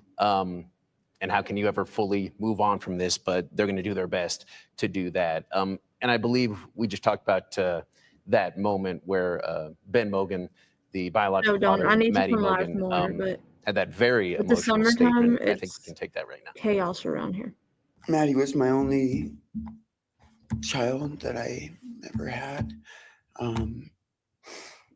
She's the only great thing I ever really did, and the only thing I was really ever proud of. Mine goes You out touched on this, Andrea, too. Sunday When he night. ended that was the beginning But you of know his what I've statement. The end done? of his statement, he Because said he one, had so much the more bins are written hot, down, but he just wanted to I just kind of leave talk it at about the how road much, as you and said, take my he trash to the just missed his trash can. daughter. And it looks like we're getting back to business there in the Ada County courtroom. Oh, Dawn, I miss them too. Thank you, Your Honor. The next Julian, family don't be is the family of sorry. Xana You're fine. Kernodle. And first would be Jasmine Kernodle, Xana's sister. Oh, Xana's family's here.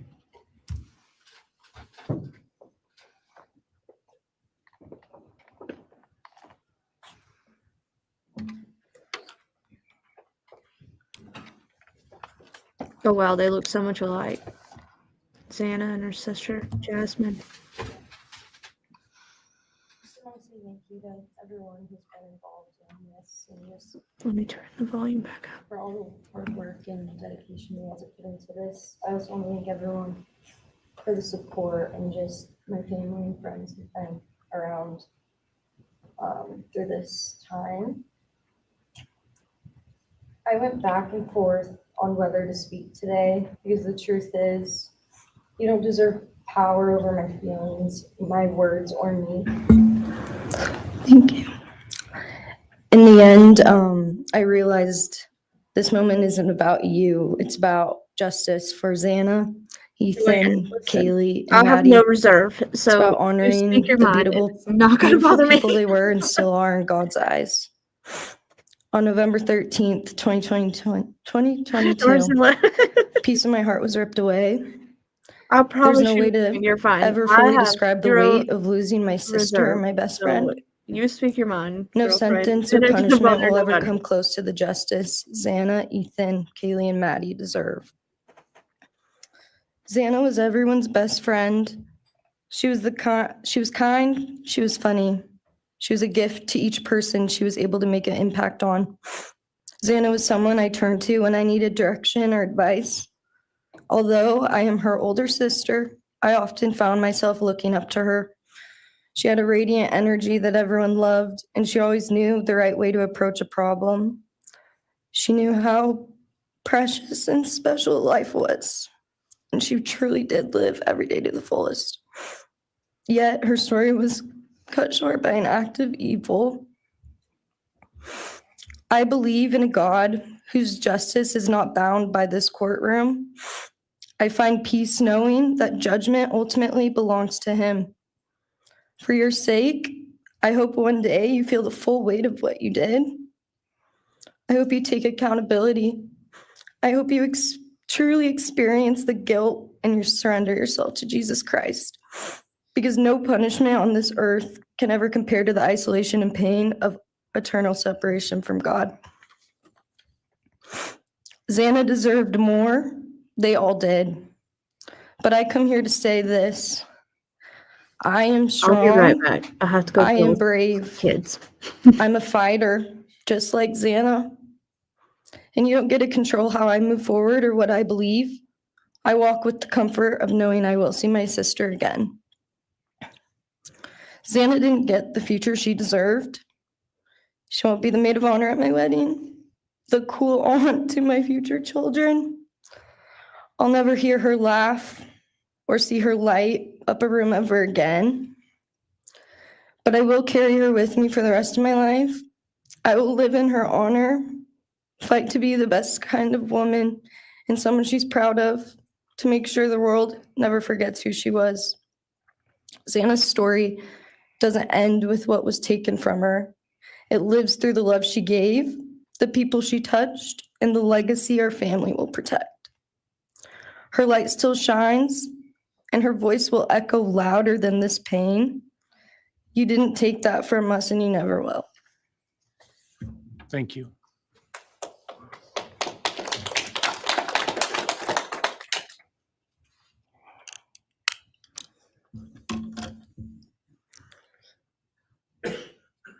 I just want to say before I start, I'm Xana's dad, Jeff Kernodle.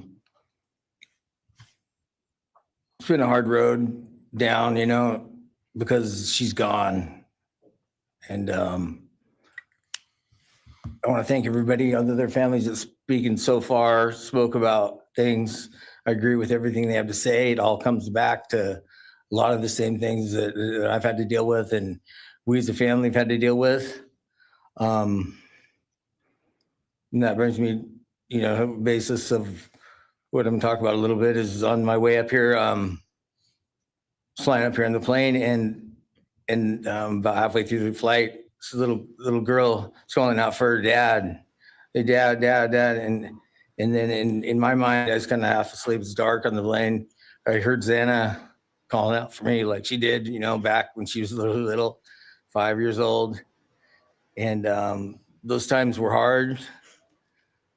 It was chaotic, but we always had something to work toward that was in a positive direction compared to right now, which is necessarily not as positive as that for sure. And I know I miss Xana a lot. My life's been changed, and Xana had a great impact on me. And the impact was when she was gone, I realized how important she was and what she really did for me. Y'all know I haven't seen them. Was way beyond what I ever thought. She'd call me up I think Xana's on the mom's in jail. weekends, check on me, see who's with That's me. what I'm She's aware of. Accountability to your youngest daughter.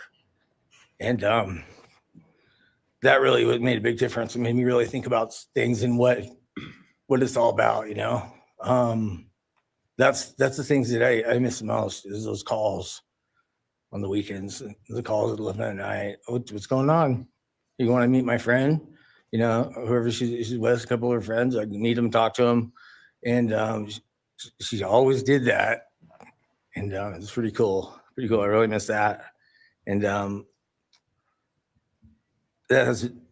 she made a big impact on me, on other people, her family. But the impact that she made is so extensive on what happened here. And it goes so far. People Yeah, from Cha-Cha, she everywhere looked like a whole new in the person. world, you know, are following things. And Xana has When made he's a done, I'll difference in tell their y'all lives. about it being So, called you know, Xana's house. Well, I countless think people. So yeah, they call they it might that. not even know her. They never knew anything about her. It's what they see, Zachy! and they just start. They just How are love her you? and say how they wish that she could have been their friend. You know, could have been their friend. Could hung out, and it's like this is a blessing. You know, this is the whole kid was, and definitely was a big blessing in my life, and so is Jasmine, and basically, you know, we worked hard to do the things we did. Is that, you know, through the times they were growing up, and through those times, I realized that I wanted both of them to graduate college, and that'd be the ultimate thing for them to do to prepare for the world. Then it came back to me. Xana didn't get to finish college. Me She too. had it all figured out. And this all just came back to me when I was there and that little girl was on the plane doing that. It's like where I was going, what I was going here for. And then I just realized and thought to myself about the wonderful life that she had and we had together. And we, you know, I still get to have with Jasmine, but that's the part that really counted. It's the part that really counted is those memories. And those are what I have left, the memories with her and the ones I can make with her and the life that I can go on with now, which is what she wants. And I say that in present tense because that's what she wants, because I've been told that. you Yeah. know. I've been Well, countless ways that she's Alabama, it wouldn't out matter if there somebody did. Can you and imagine has a way to communicate. Which I'm very following the grateful for. Gonzalez family? There would be no impact statement better than that. I couldn't imagine. I'd be that like, goes to no, say I'm done. They said it that all. the impact of what happened to them, all 4 kids, goes so much further than just not me, the parents, the families, the community. It goes so far because a lot of kids, you know, in the colleges, just for an example, they lock their doors now. The door wasn't locked in the back, you know, at Penn State or wherever it was. All the colleges, I know that I've heard, they all lock their doors now. So maybe the impact that it's going to make is going to help out Just and really maybe odd, protect though. some people. Having this outreach and having the influence of what these kids, what happened to these kids did, you know. All I know is I was 7 miles away when it happened, and she wasn't feeling that good. It was 11:30, and I almost went over to Susanna's to say, and I would have been sitting right there in that couch, and you had to deal with me.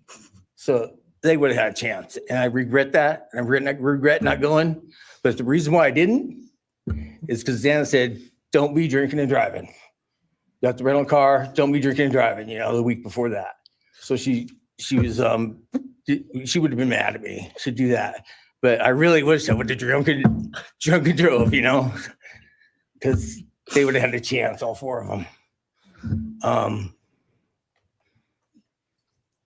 At this point, I just have to go on. We're going to go on with everything and make things better in my life, because that's what it's all about. I have closure. Oh my God. To know he in could have been things. there and saved them. And the part that we miss is Xana, her influence, her smile, the things that she did. And Some people we also have the just aren't memories very good at left. speeches. I would be one of Great those memories, people. I and, wouldn't know what the fuck to she say. just wants us to make more memories and not be sad or upset or shocked or taken for that, you know?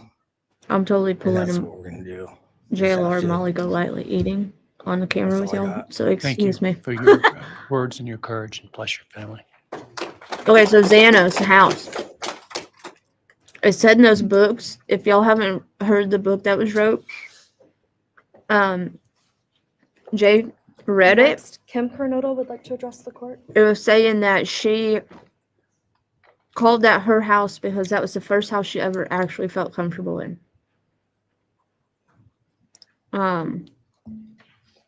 That she didn't want to go to her dad's because she didn't like the girlfriend. And, you know, her mom was always on drugs. Yeah, Joanna, I'm terrible with speaking like that, so it wouldn't have been good for me. Thank you, Your Honor. So that's My why name they is call Kim it Xana's Coronado. house, because I am Xana's aunt. she called it I her was very home. blessed That to was the have first her home she ever actually had. She was in my comfortable. Those life, girls had to in teach our her how to family. be a girl. It was And I sad thought I listening had to that everything book. in my head, what I wanted to say, but it kind of went out. And I'm always looking for the positive thing, because evil, hate can destroy people.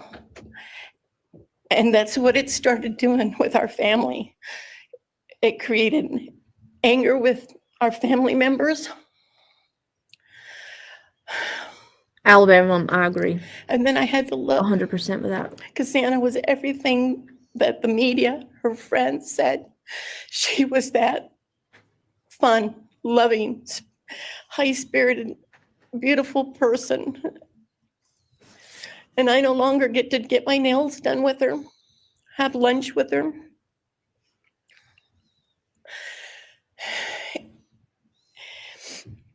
Sorry. But how I look at it now is this tragedy, this horrible tragedy on all of the 4 children, has brought us closer. You united us with your actions. We're united now, and we're stronger than ever. We have family and friends now that we never knew we had. And, you know, this is probably going to bother everybody, but Brian, I'm here today to tell you I have forgiven you, because I no longer could live with that hate in my heart. And for me to become a better person, Fuck I have that. forgiven you.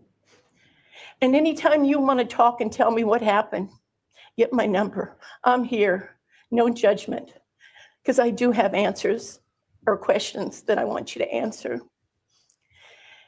And I'm here. I'll be that one The that'll least you listen could do to is you. sit up straight and Okay? have that look of Thank fuck you, you Your with Honor. Thank you this very whole much. chest. My name's Like Stratton slouched Coronado, over in and the I'm chair. Xana's uncle, Jeff's brother. Sitting here today listening to the stories and feelings and feeling the pain from everybody is a pretty powerful thing. It's each time a statement was read, it I think if you sort talk of to would anybody, tug it'll be into the my professor center that wants to core write a book about as him. I felt This everybody's professor he anguish. had in college. And Dana meant a lot to us, and we loved her very much. But I started thinking about, instead of rehashing everything Land, that yeah. everybody else has talked about, Put his ass in I handcuffs. wanted to torture. direct it another direction Too tight. Put toward the handcuffs on Brian too tight the whole time. and what in he's there. done to his family, his parents, his siblings, his friends, his universe.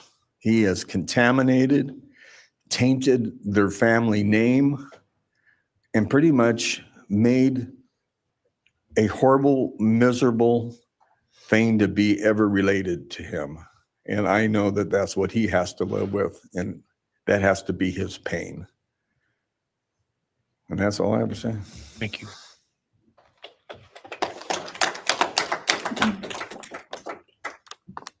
Next, Your Honor, I believe Randy Davis, stepfather to Xana Coronado, would like to address the court.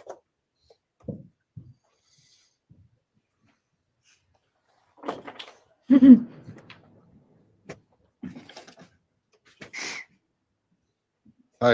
my name's Randy, stepdad of Xana. I just feel the same way we all do. All of us are united because of something that happened. And I'm grateful to know and have met some new family because of this awful event. But this is probably the last time we're all going to be in the same room together. Let's be real. So I can say, I love you. Lonnie doesn't all, look like real and I feel your puppy like pain. he has before with the vest on. And just God bless us all, just get through it. I'm shocked they don't have more. I to had talk stuff about, wrote up. to It be was honest. probably best I didn't read it out. Probably get kicked out of here. So, He said I'll probably get kicked out of I'll here. share That'd be one me. thing to you guys, not to you. With I was Xana. spoken to the families.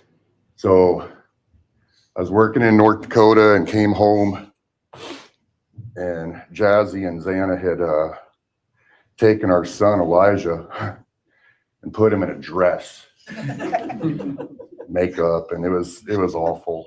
I was like, I don't know. Joanne She will was probably all funny. feel that way. I told her she'd be in the movies and be somebody great one day like that. And now she is just above us as an angel with all the other beautiful kids. So let's hold that to our hearts, because this evil thing is not going to take nothing from us. You, man, I don't know what my limits are here, but I'm really struggling, dude. I am struggling. So I want to just be out in the woods with you just so I can teach you about loss and pain. I love God. I wouldn't take your life. That's up to him. But I guarantee you are weak. God, I would just give a moment, man, 5 minutes out in the woods. Oh, man. Ooh. You're going to go to hell. I know people believe in other stuff. You're evil. There's no place for you in heaven. You took our children. You are going to suffer, man. I'm shaking because I want to reach out to you, but I hope you feel my energy, okay? Go to hell. Well, he ain't playing.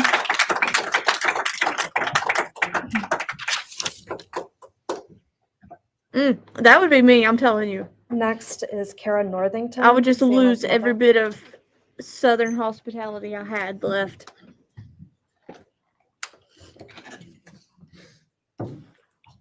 Every bit of it.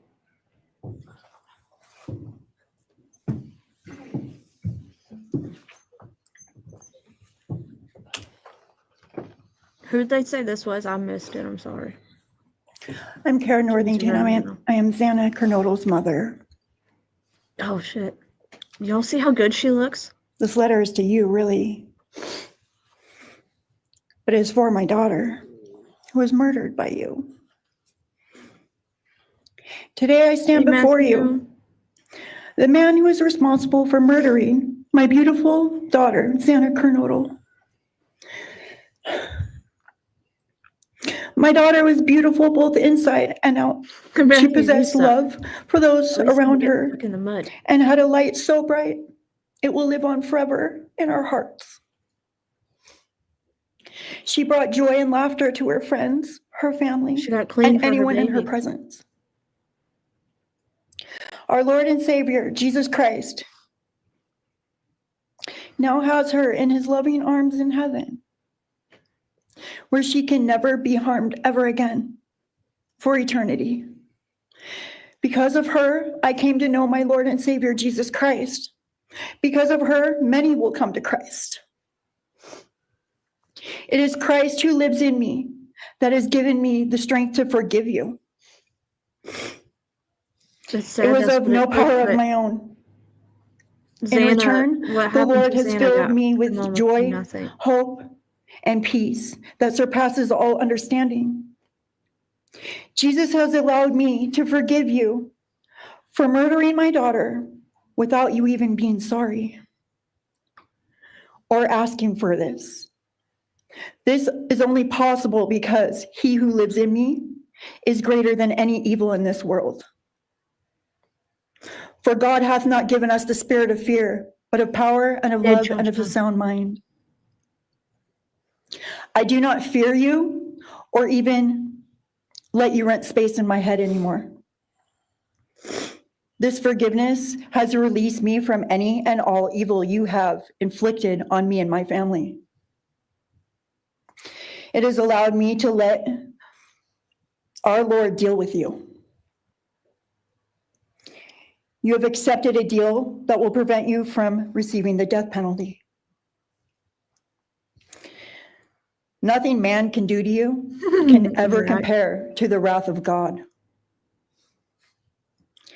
Inevitably, you will stand before our Lord and will have to answer to him over the sins you have committed in murdering our children. I pray you come to the end of yourself before that day. Whether you like it or not, heaven is for real and so is hell. The innocent life of Xana that you stole from myself and my family, and the destruction of this, and the destruction it has caused. I am washing my hands of you and turning you over to my Lord and Savior, Jesus Christ, whom vengeance belongs to. In closing, I want to read a passage from the Bible, Ephesians 6, King James Version. God awful disturbing Finally, my shit, but- brethren, be strong in the Lord and then Oh in my the God, power I of can't his even. might. Put on the whole armor of God, that ye may be able to withstand the wiles of the devil. For we wrestle not against flesh and blood.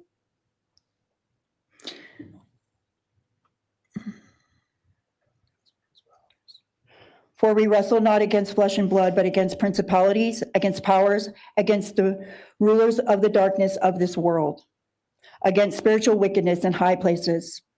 Wherefore, take unto you the whole armor of God, that ye may be able to withstand in the evil day, that ye may be able to stand in the evil day. He's probably not vegan anymore.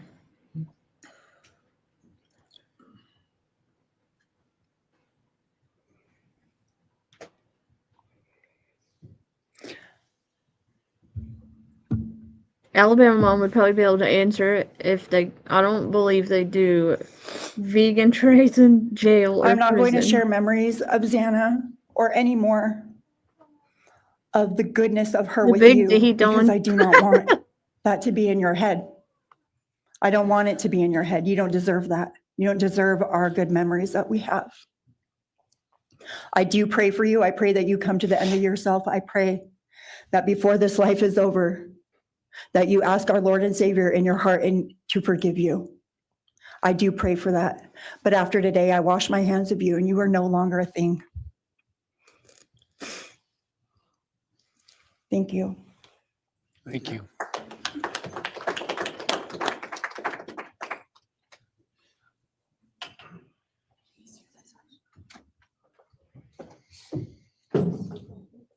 I don't believe the state has any other victim impact statements.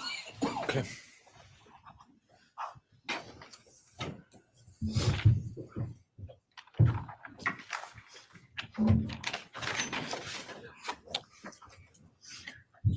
All right, state can argue.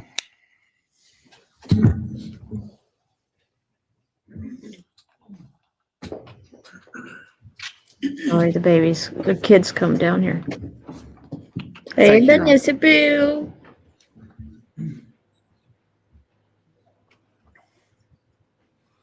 Just as a housekeeping matter to start, there will be the issue of restitution. That is, the documentation is being gathered, and we ask the court we defer that for 30 days so we can present it in an orderly fashion and make sure it's comprehensive for everyone. Any objection to leaving restitution open 60 days? All right. Thank you, Your Honor. Right, Bernie. I think it's necessary and appropriate to share for everyone here, including the court, the background that brings us in front of Your Honor today. for these proceedings. As the record reflects, and as everybody in this courtroom knows, the defendant has pleaded guilty to all 5 No counts pause, Zach. charged No in pause. the indictment. Under oath before Your Honor, he has admitted that the charges against him are true. He has reassured the court that he has not been coerced or threatened to make those admissions. And Your Honor did an extraordinary job in taking the pleas back on July 2nd. We appreciate the court's discipline and insight. The defendant has also waived appeal on the multitude of rulings from this court and Your Honor's predecessor in Lake Tahoe County on dozens, literally dozens of motions seeking to dismiss the case, seeking to control or limit evidence, seeking to offer evidence that would not be appropriate. And we appreciate the court's consistent rulings based on the law, based on the facts. As Your Honor will recall, on June 18th, it's just really not that long ago, we appeared before this court for arguments on what became the defendant's final motions to this court.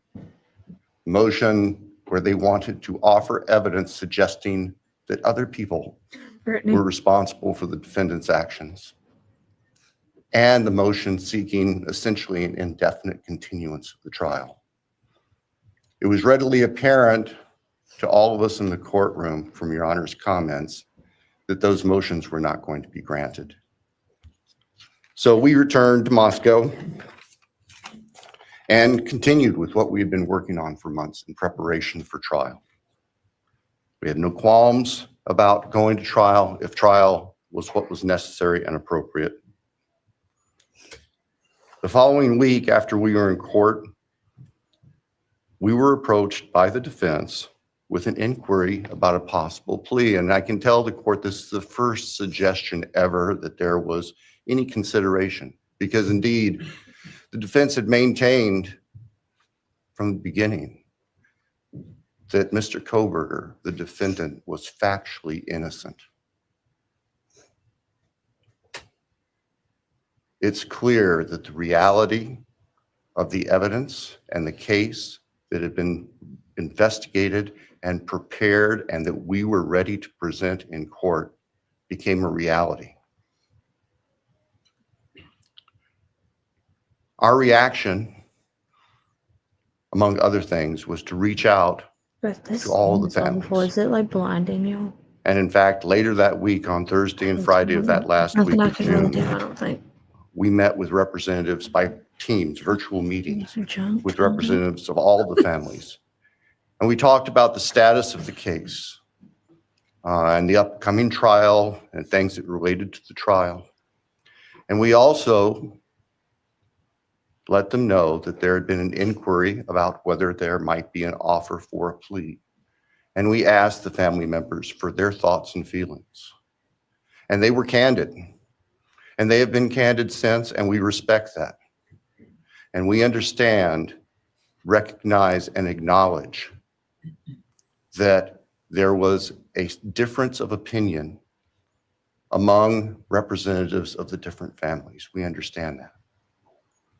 One of the challenges of this case, one of the unique things about this case is we have multiple victims, each unique unto themselves, their families and friends unique unto themselves, and all of them entitled to their opinions, all of them entitled to their thoughts. Over the following weekend, our prosecution team, very skilled attorneys who were personally as well as professionally deeply invested in this case, met. And we talked, and the decision was reached. Well, to start with, were there to be any sort of plea offer or discussion, there's only one possibility. And that would be for the defendant to plead guilty straight up to all charges. There would be no bargaining about counts. Sitting on my There would be no bargaining about reduced sentences. And so we made the proposal to the defense that if the defendant was willing to plead guilty up front to all 5 counts as charged and waive appeal of the court's myriad decisions during the past 2.5+ years on all these motions that would have consumed years, if not decades, of time in the future. By the end of the week, charged and factually acknowledge his responsibility in court for these horrible crimes. Obviously, those discussions and negotiations were confidential. And as Your Honor noted, I believe that was necessarily so, because if the defendant had decided not to plead guilty, it would have been devastating to our jury pool for there to be public information that there had been consideration by either party to a plea resolution.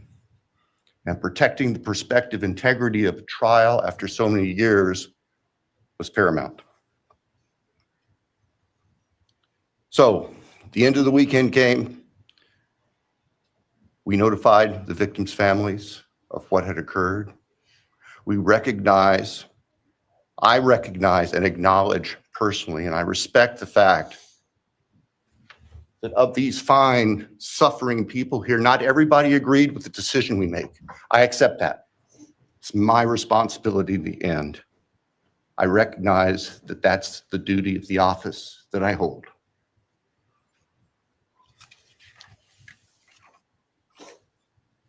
So now, it is time for the judicial system to impose final judgment and close the door on this chapter of these tragedies. As the court is aware, by the agreement of the parties, it is the state's prayer. Perhaps have the Elmo police turned on.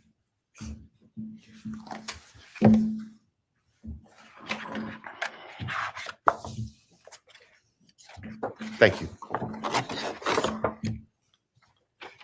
That on count 1, the felony burglary, the court sentenced the defendant to the maximum period of 10 years fixed in the custody of the Idaho Department of Correction. Then on count 2,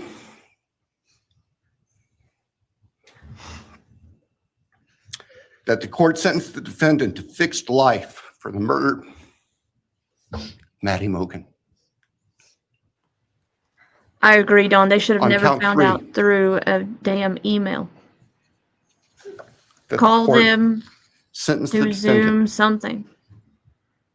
to fixed life for the murder of Kaylee Gonzalez. On count 4, that the court sentenced the defendant to fixed life for the murder Look at these beautiful kids. Oh, of Xana Kernhodel. On count 5, yeah, they did. that the court sentenced the defendant to fixed life Oh my God, my kids. Can for you the hear murder them? I'm so of sorry. Ethan Chapin. You guys, I'm sorry. And the state further prays that these sentences Rambunctious of crap.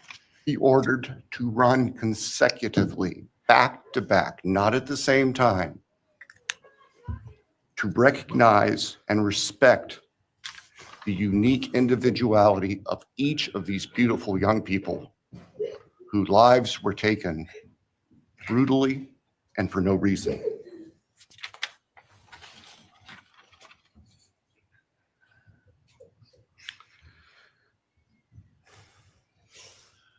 And hopefully now, Don, as we I have would feel the heard same way. I can't say I wouldn't. earlier this morning, it is time to afford the families and the friends and the community and the state of Idaho and the nation and the world To move forward, He's getting choked up. we can't undo, and we can never undo the horror of what occurred on the early morning hours of November 13th, 2022 at 1122 King Street in Moscow, Idaho. For a long time, the presiding district judge in Latah County was John Stegner, who eventually became a member and a justice of the Idaho Supreme Court. And Justice Stegner Oh, I love you, Miss Fred.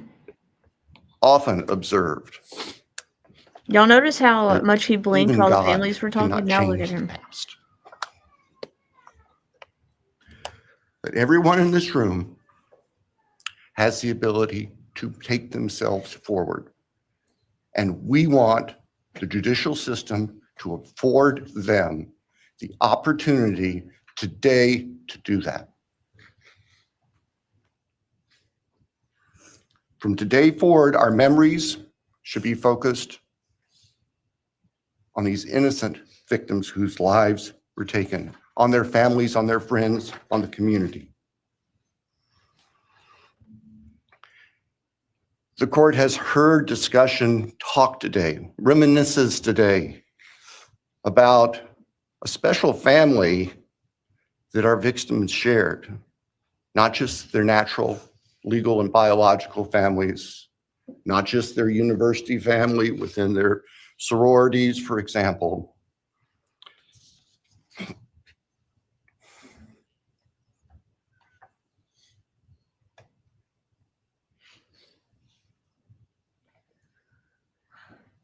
But this family.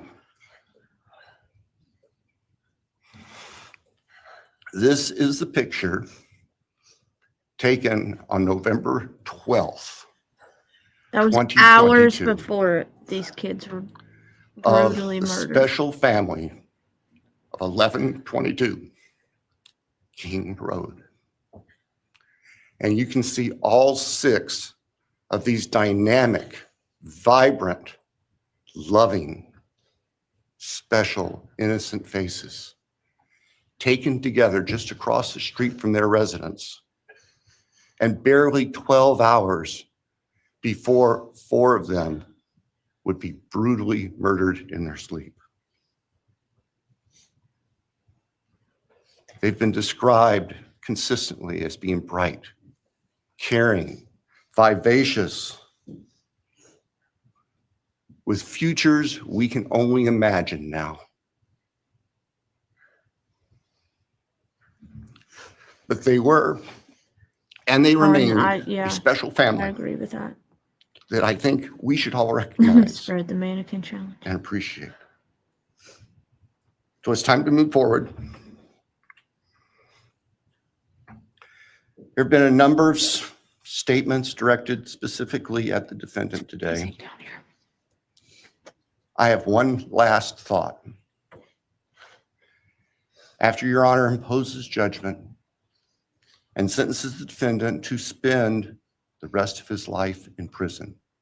In other words, sentence the defendant to die in prison. He's going to stand up in the belly chains and leg irons that he's wearing today.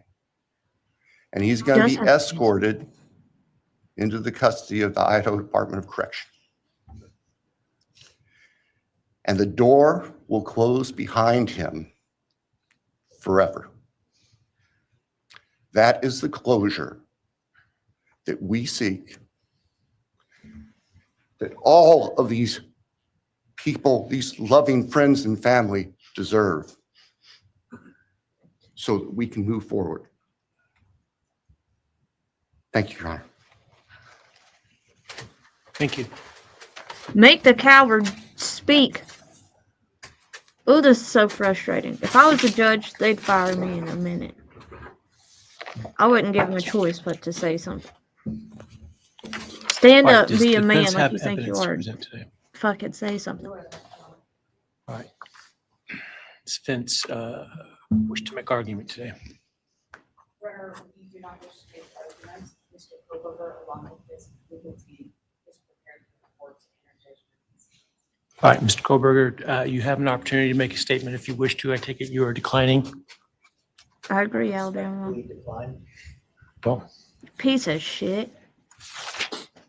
Y'all better hold Steve back because he's about to get pissed. please. All right, let me start this morning by acknowledging and thanking those that have come here today in support of their loved ones. And I appreciate your courage and your strength. And I hope that you are able to move on as best as possible. Thank counsel for the professionalism that they've exhibited throughout this case. It's been my great honor to preside in this case and to help bring, to the extent possible, some resolution and hopefully justice to this case.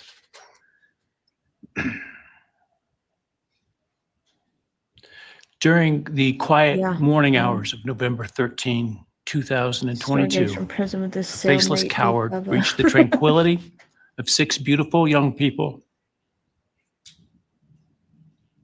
and senselessly slaughtered them, 4 of them.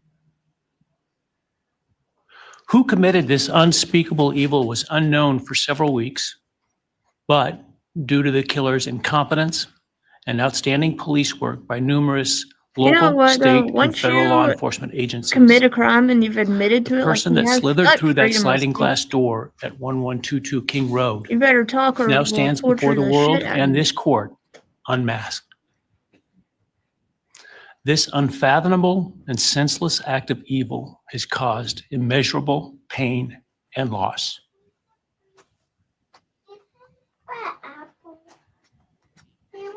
No parent should ever have to bury their child. This is the greatest tragedy that can be inflicted upon a person. Parents who took their children to college in a truck filled with moving boxes had to bring them home in hearses lined with coffins. The loss this killer inflicted was not just the death of these people's children, siblings, grandchildren, as we've heard today. It has ripped a hole in their soul, destroying a special part of their very essence.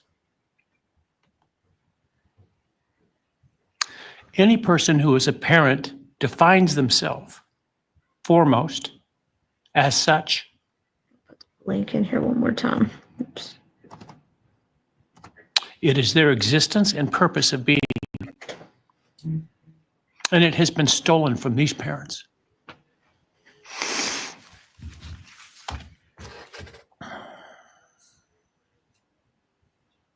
None of us have experienced the loss these victims have in the unspeakable way that they have. And therefore, none of us can, nor should we, question the way in which they have handled their loss. Whether that be in private mourning, removed as far as possible from this media circus, or in front of a camera demanding retribution with the loudest megaphone.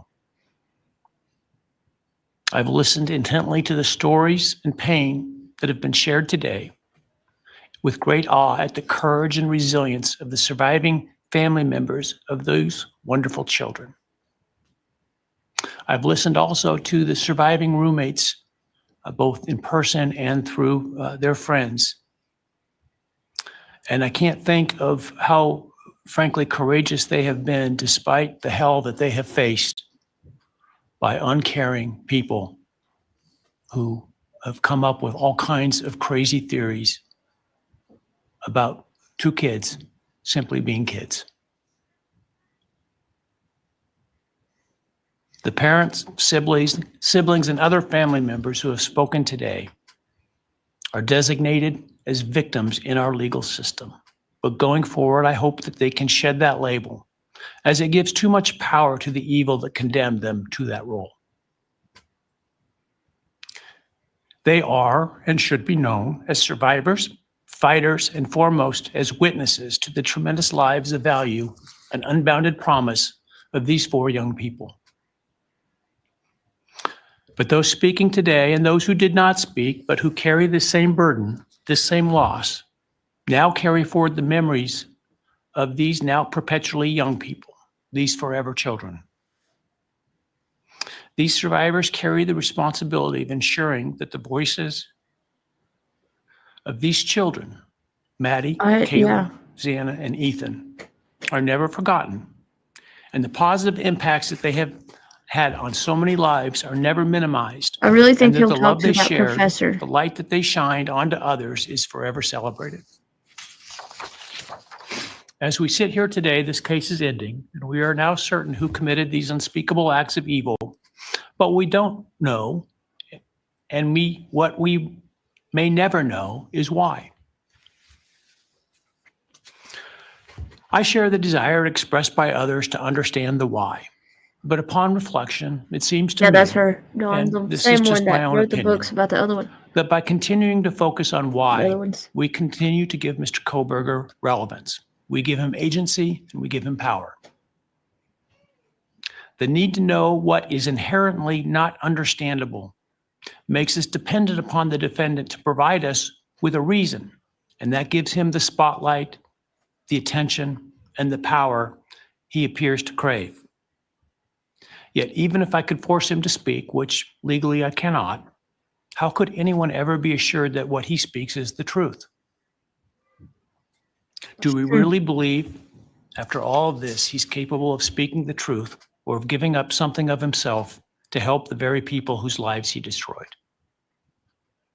Rather, I suspect the so-called reason would be dished out in enticing, self-serving, and aggrandizing untruthful bits, leaving people wanting more information, more insight, and thus enhancing even further the power he seeks to hold.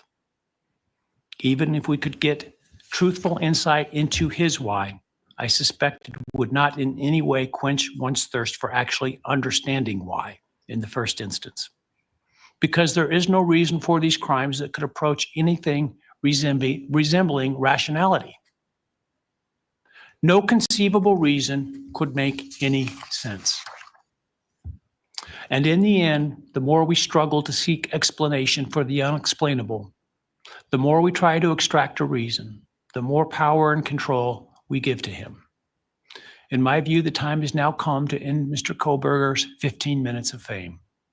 It's time that he be consigned to the ignominy and isolation of perpetual incarceration. They should.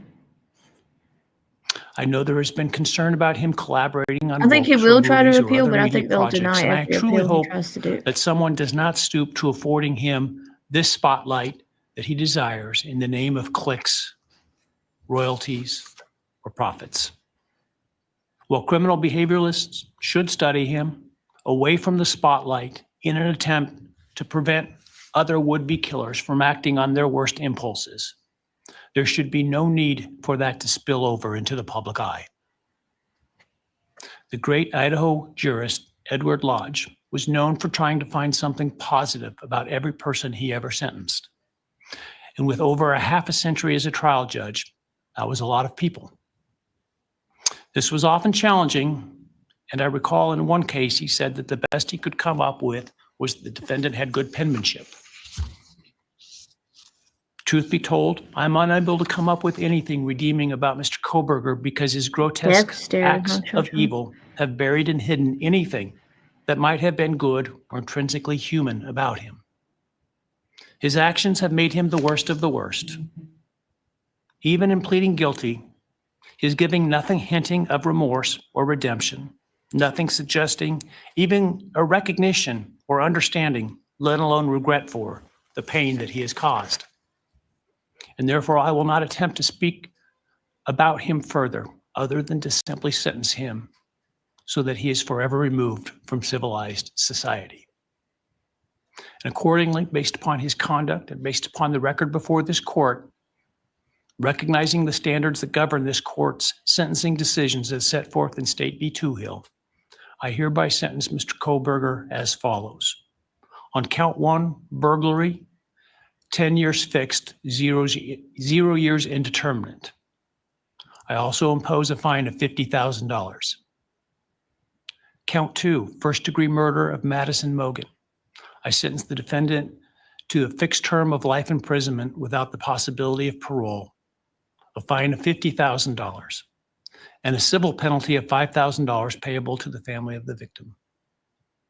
On count 3, for first-degree murder of Kaylee Gonzalez, I sentence the defendant to a fixed term of life imprisonment without the possibility of parole, a fine of $50,000, and a civil penalty of $5,000 payable to the victim of the family, or to the family of the victim, pardon me.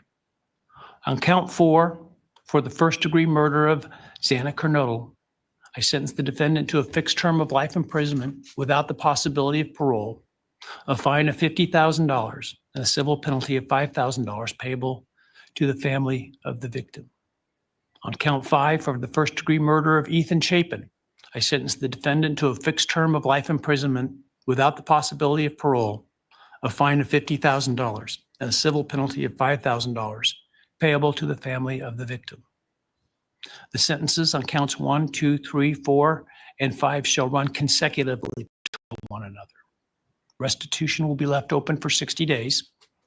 Defendant will be required to submit a DNA sample and a right thumbprint impression to the Department of Corrections and comply with the DNA Database Act. I remand the defendant to the custody of the Idaho State Board of Corrections for to be imprisoned in an appropriate facility and execution of the sentence where he will remain until he dies.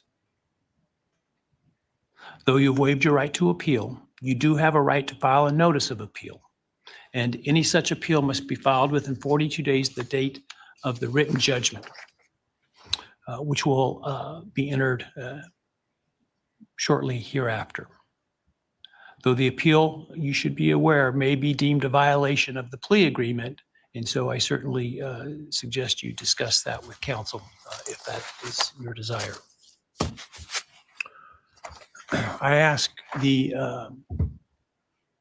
media and public present to allow the families to be escorted out first before they leave.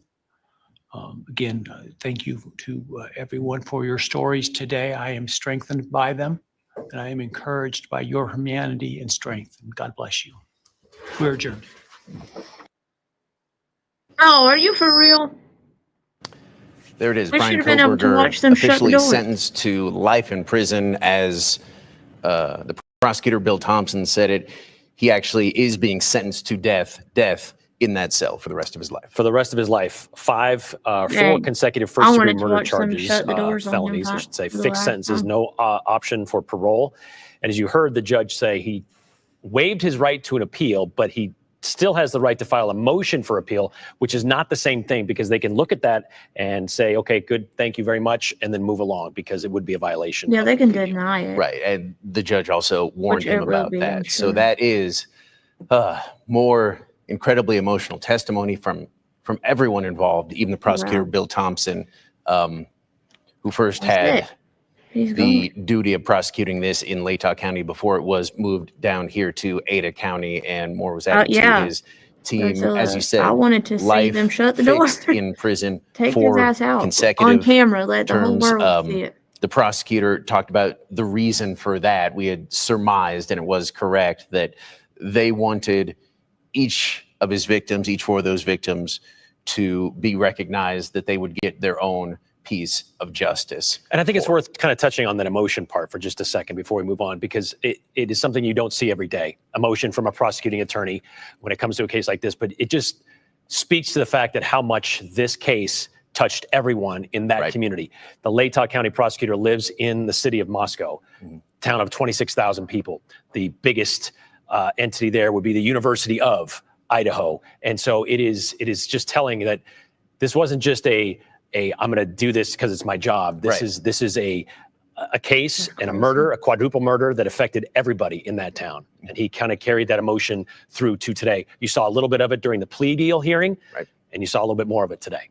And as he was talking about each of those charges and the sentences for them, he made sure to put up the pictures of each victim there, so everyone could see that and feel, again, more of that sorrow and potentially anger as well, as we've heard all morning. We also learned about how this plea deal came to be. And let's bring in Andrea Dearden, who's been live for us all morning out in front of the Ada County Courthouse. Andrea, reaction from what we just heard. Goodness. Well, I guess that was it, huh? We don't get to watch them shut the doors. What y'all think? The statements were awesome from the Gonzalez family to me. I think we all kind of knew Brian sorry ass wouldn't say anything to begin with.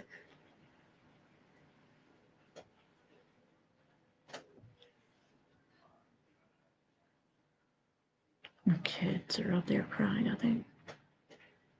I know I want them to show it. Like, that's what I was hoping they would. And also from news of how this deal came together. December of 2022, we heard that he was Let's factually mute this and just see. Well, we'll not mute it. Let's just so turn it to down. have that change and for him to be willing to change his plea to guilty, that was certainly, as the prosecutor said, surprising to him. It surprised us as well.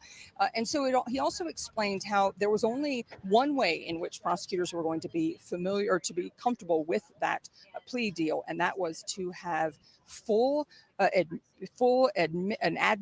admission on all of the counts, Do a and to panel. say that yes, I committed. I can each of come those. back And it was to later your and point, do a wanting to panel. go victim by victim and say yes, I committed that crime. I have to go And, pick you know, my to put kid up. That on was supposed record, to he be was brought not home, and willing now to all drop of a any sudden charges or to things have reduce the changed, and charges you against know, Kohberger. Mom The only had way he that would take that plea conversation. deal, he said today, was if it was guilty on all counts and asking for that full sentence to the And extent of the law, which is the rest of my those kids life probably have my sentences. In house addition to the upside life down. sentences, 4 life sentences plus 10 years, he also ordered restitution. So ordering Kohberger to pay a total of $250,000 in restitution, along with $5,000 in civil penalties to each of the 4 victims' families. And so all of that, those pieces were not part of the plea agreement. So that's the new information that we learned from Hippler.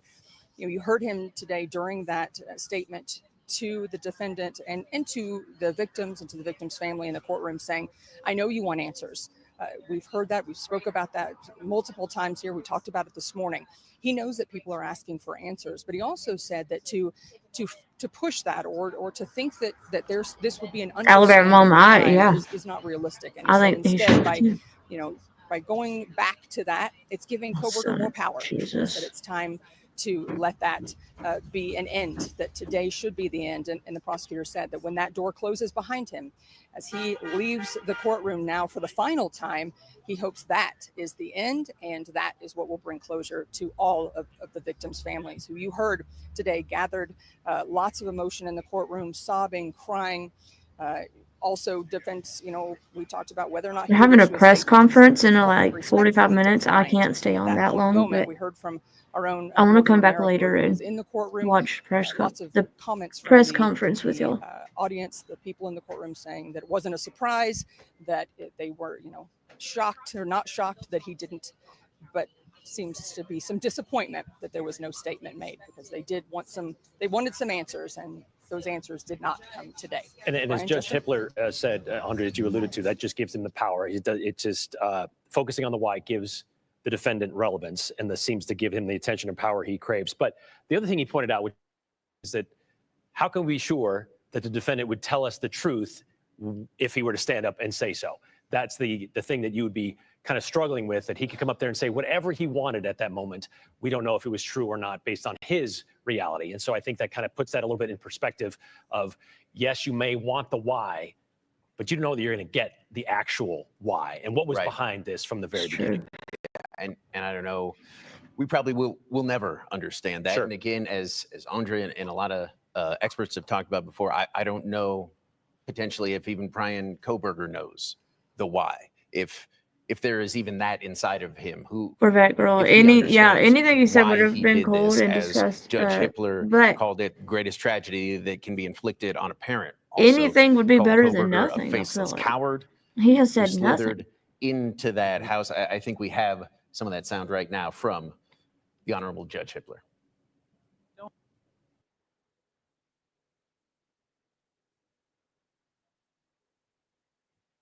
These survivors Exactly. carry the responsibility of ensuring that the voices of these children, Maddie, Kaylee, Xana, and Ethan, Cha Cha, never it won't be forgotten. until like and the 9 positive o'clock or impacts that they have somewhere around had there on so many tonight. lives are never minimized, and that the love When they I get the share, babies back the light that they in the shine bed. onto others is forever celebrated. And as you said, Brian, he also talked about how people continue to ask the why, but that we don't know that what he might speak would even be the truth. Right. He called Kohberger the worst of the worst, The worst of the and worst, yep. said there is nothing redeeming or even human about Brian Kohberger. And the most positive thing he could remember anybody saying about him was his penmanship. So that says a lot. Going back to what Prosecutor Thompson was talking about, and again, the emotion very much relevant to, I or don't think they're part of going to this show today, us and them very shutting obvious the today. doors. But they talked about that process of when they were approached by the defense about a plea deal. 'Cause they And probably- and Andrea touched on he this was too. probably that one of the he first would accept ones that nothing got less out of than the room. admission on all 4 counts with the maximum penalty for those.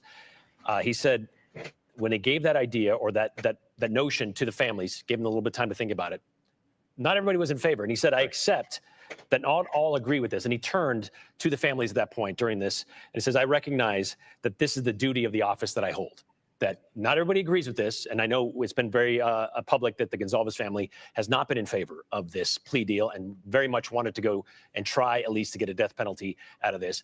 But he said, that's the duty of the office that I hold. And given that, without backing down too far, he said, this is what I was telling them, that this is what we'd accept. And very much they did. Said that he absolutely took that responsibility, but again, had all those conditions for no parole, no appeals. He believed that was the best way for all of these families to potentially move forward. Also continued to say, he and Judge Hippler as well, that you cannot change the past. And there's nothing they could do today to change the past. There's nothing you can do to change that. And taking them to college in moving boxes or with moving boxes and having them return in coffins was a very impactful statement for me that Judge Hippler said that the best thing that can happen, the worst of the worst, is to be forever removed from civilized society. So that's why we're looking at 5 life sentences fixed, no parole. The restitution part, I know they at the beginning of that, they gave 60 days to kind of figure that out. I'm sure we're going to get this question a lot about, okay, where is this restitution money coming from? If he's going to be spending the rest of his life in prison, the $250,000 plus the $5,000 to each family, where does that money come from? And I assume his family? Or just whatever assets he had. And we can follow up on that. Let's talk a little bit about what we heard from the Kernodle family as well. As we said, right. The Chapins were I don't not think there. we're gonna They did see not it. send along I'm gonna a statement pause it right either. here, They're though. trying to move forward as And then when I come back, we will start off where we'll pick up where we left off, or whatever you say. I have to go get my oldest from her friend's house and take these kids outside so they can play for a while. So I will be back. It'll probably be about 9 o'clock tonight, Central Time. Y'all don't forget, I'm in Alabama. Cha cha, your time. But until then, I will see y'all around. I love y'all. Thanks for hanging out with me. Hopefully, when school starts, we will get back to doing this more than we are. Thank you, Mrs. Fred and Tootie and Alabama Mom. I saw yours, but it's not coming up on here anymore because it's been too long. But I will see y'all later. I love ya. Bye.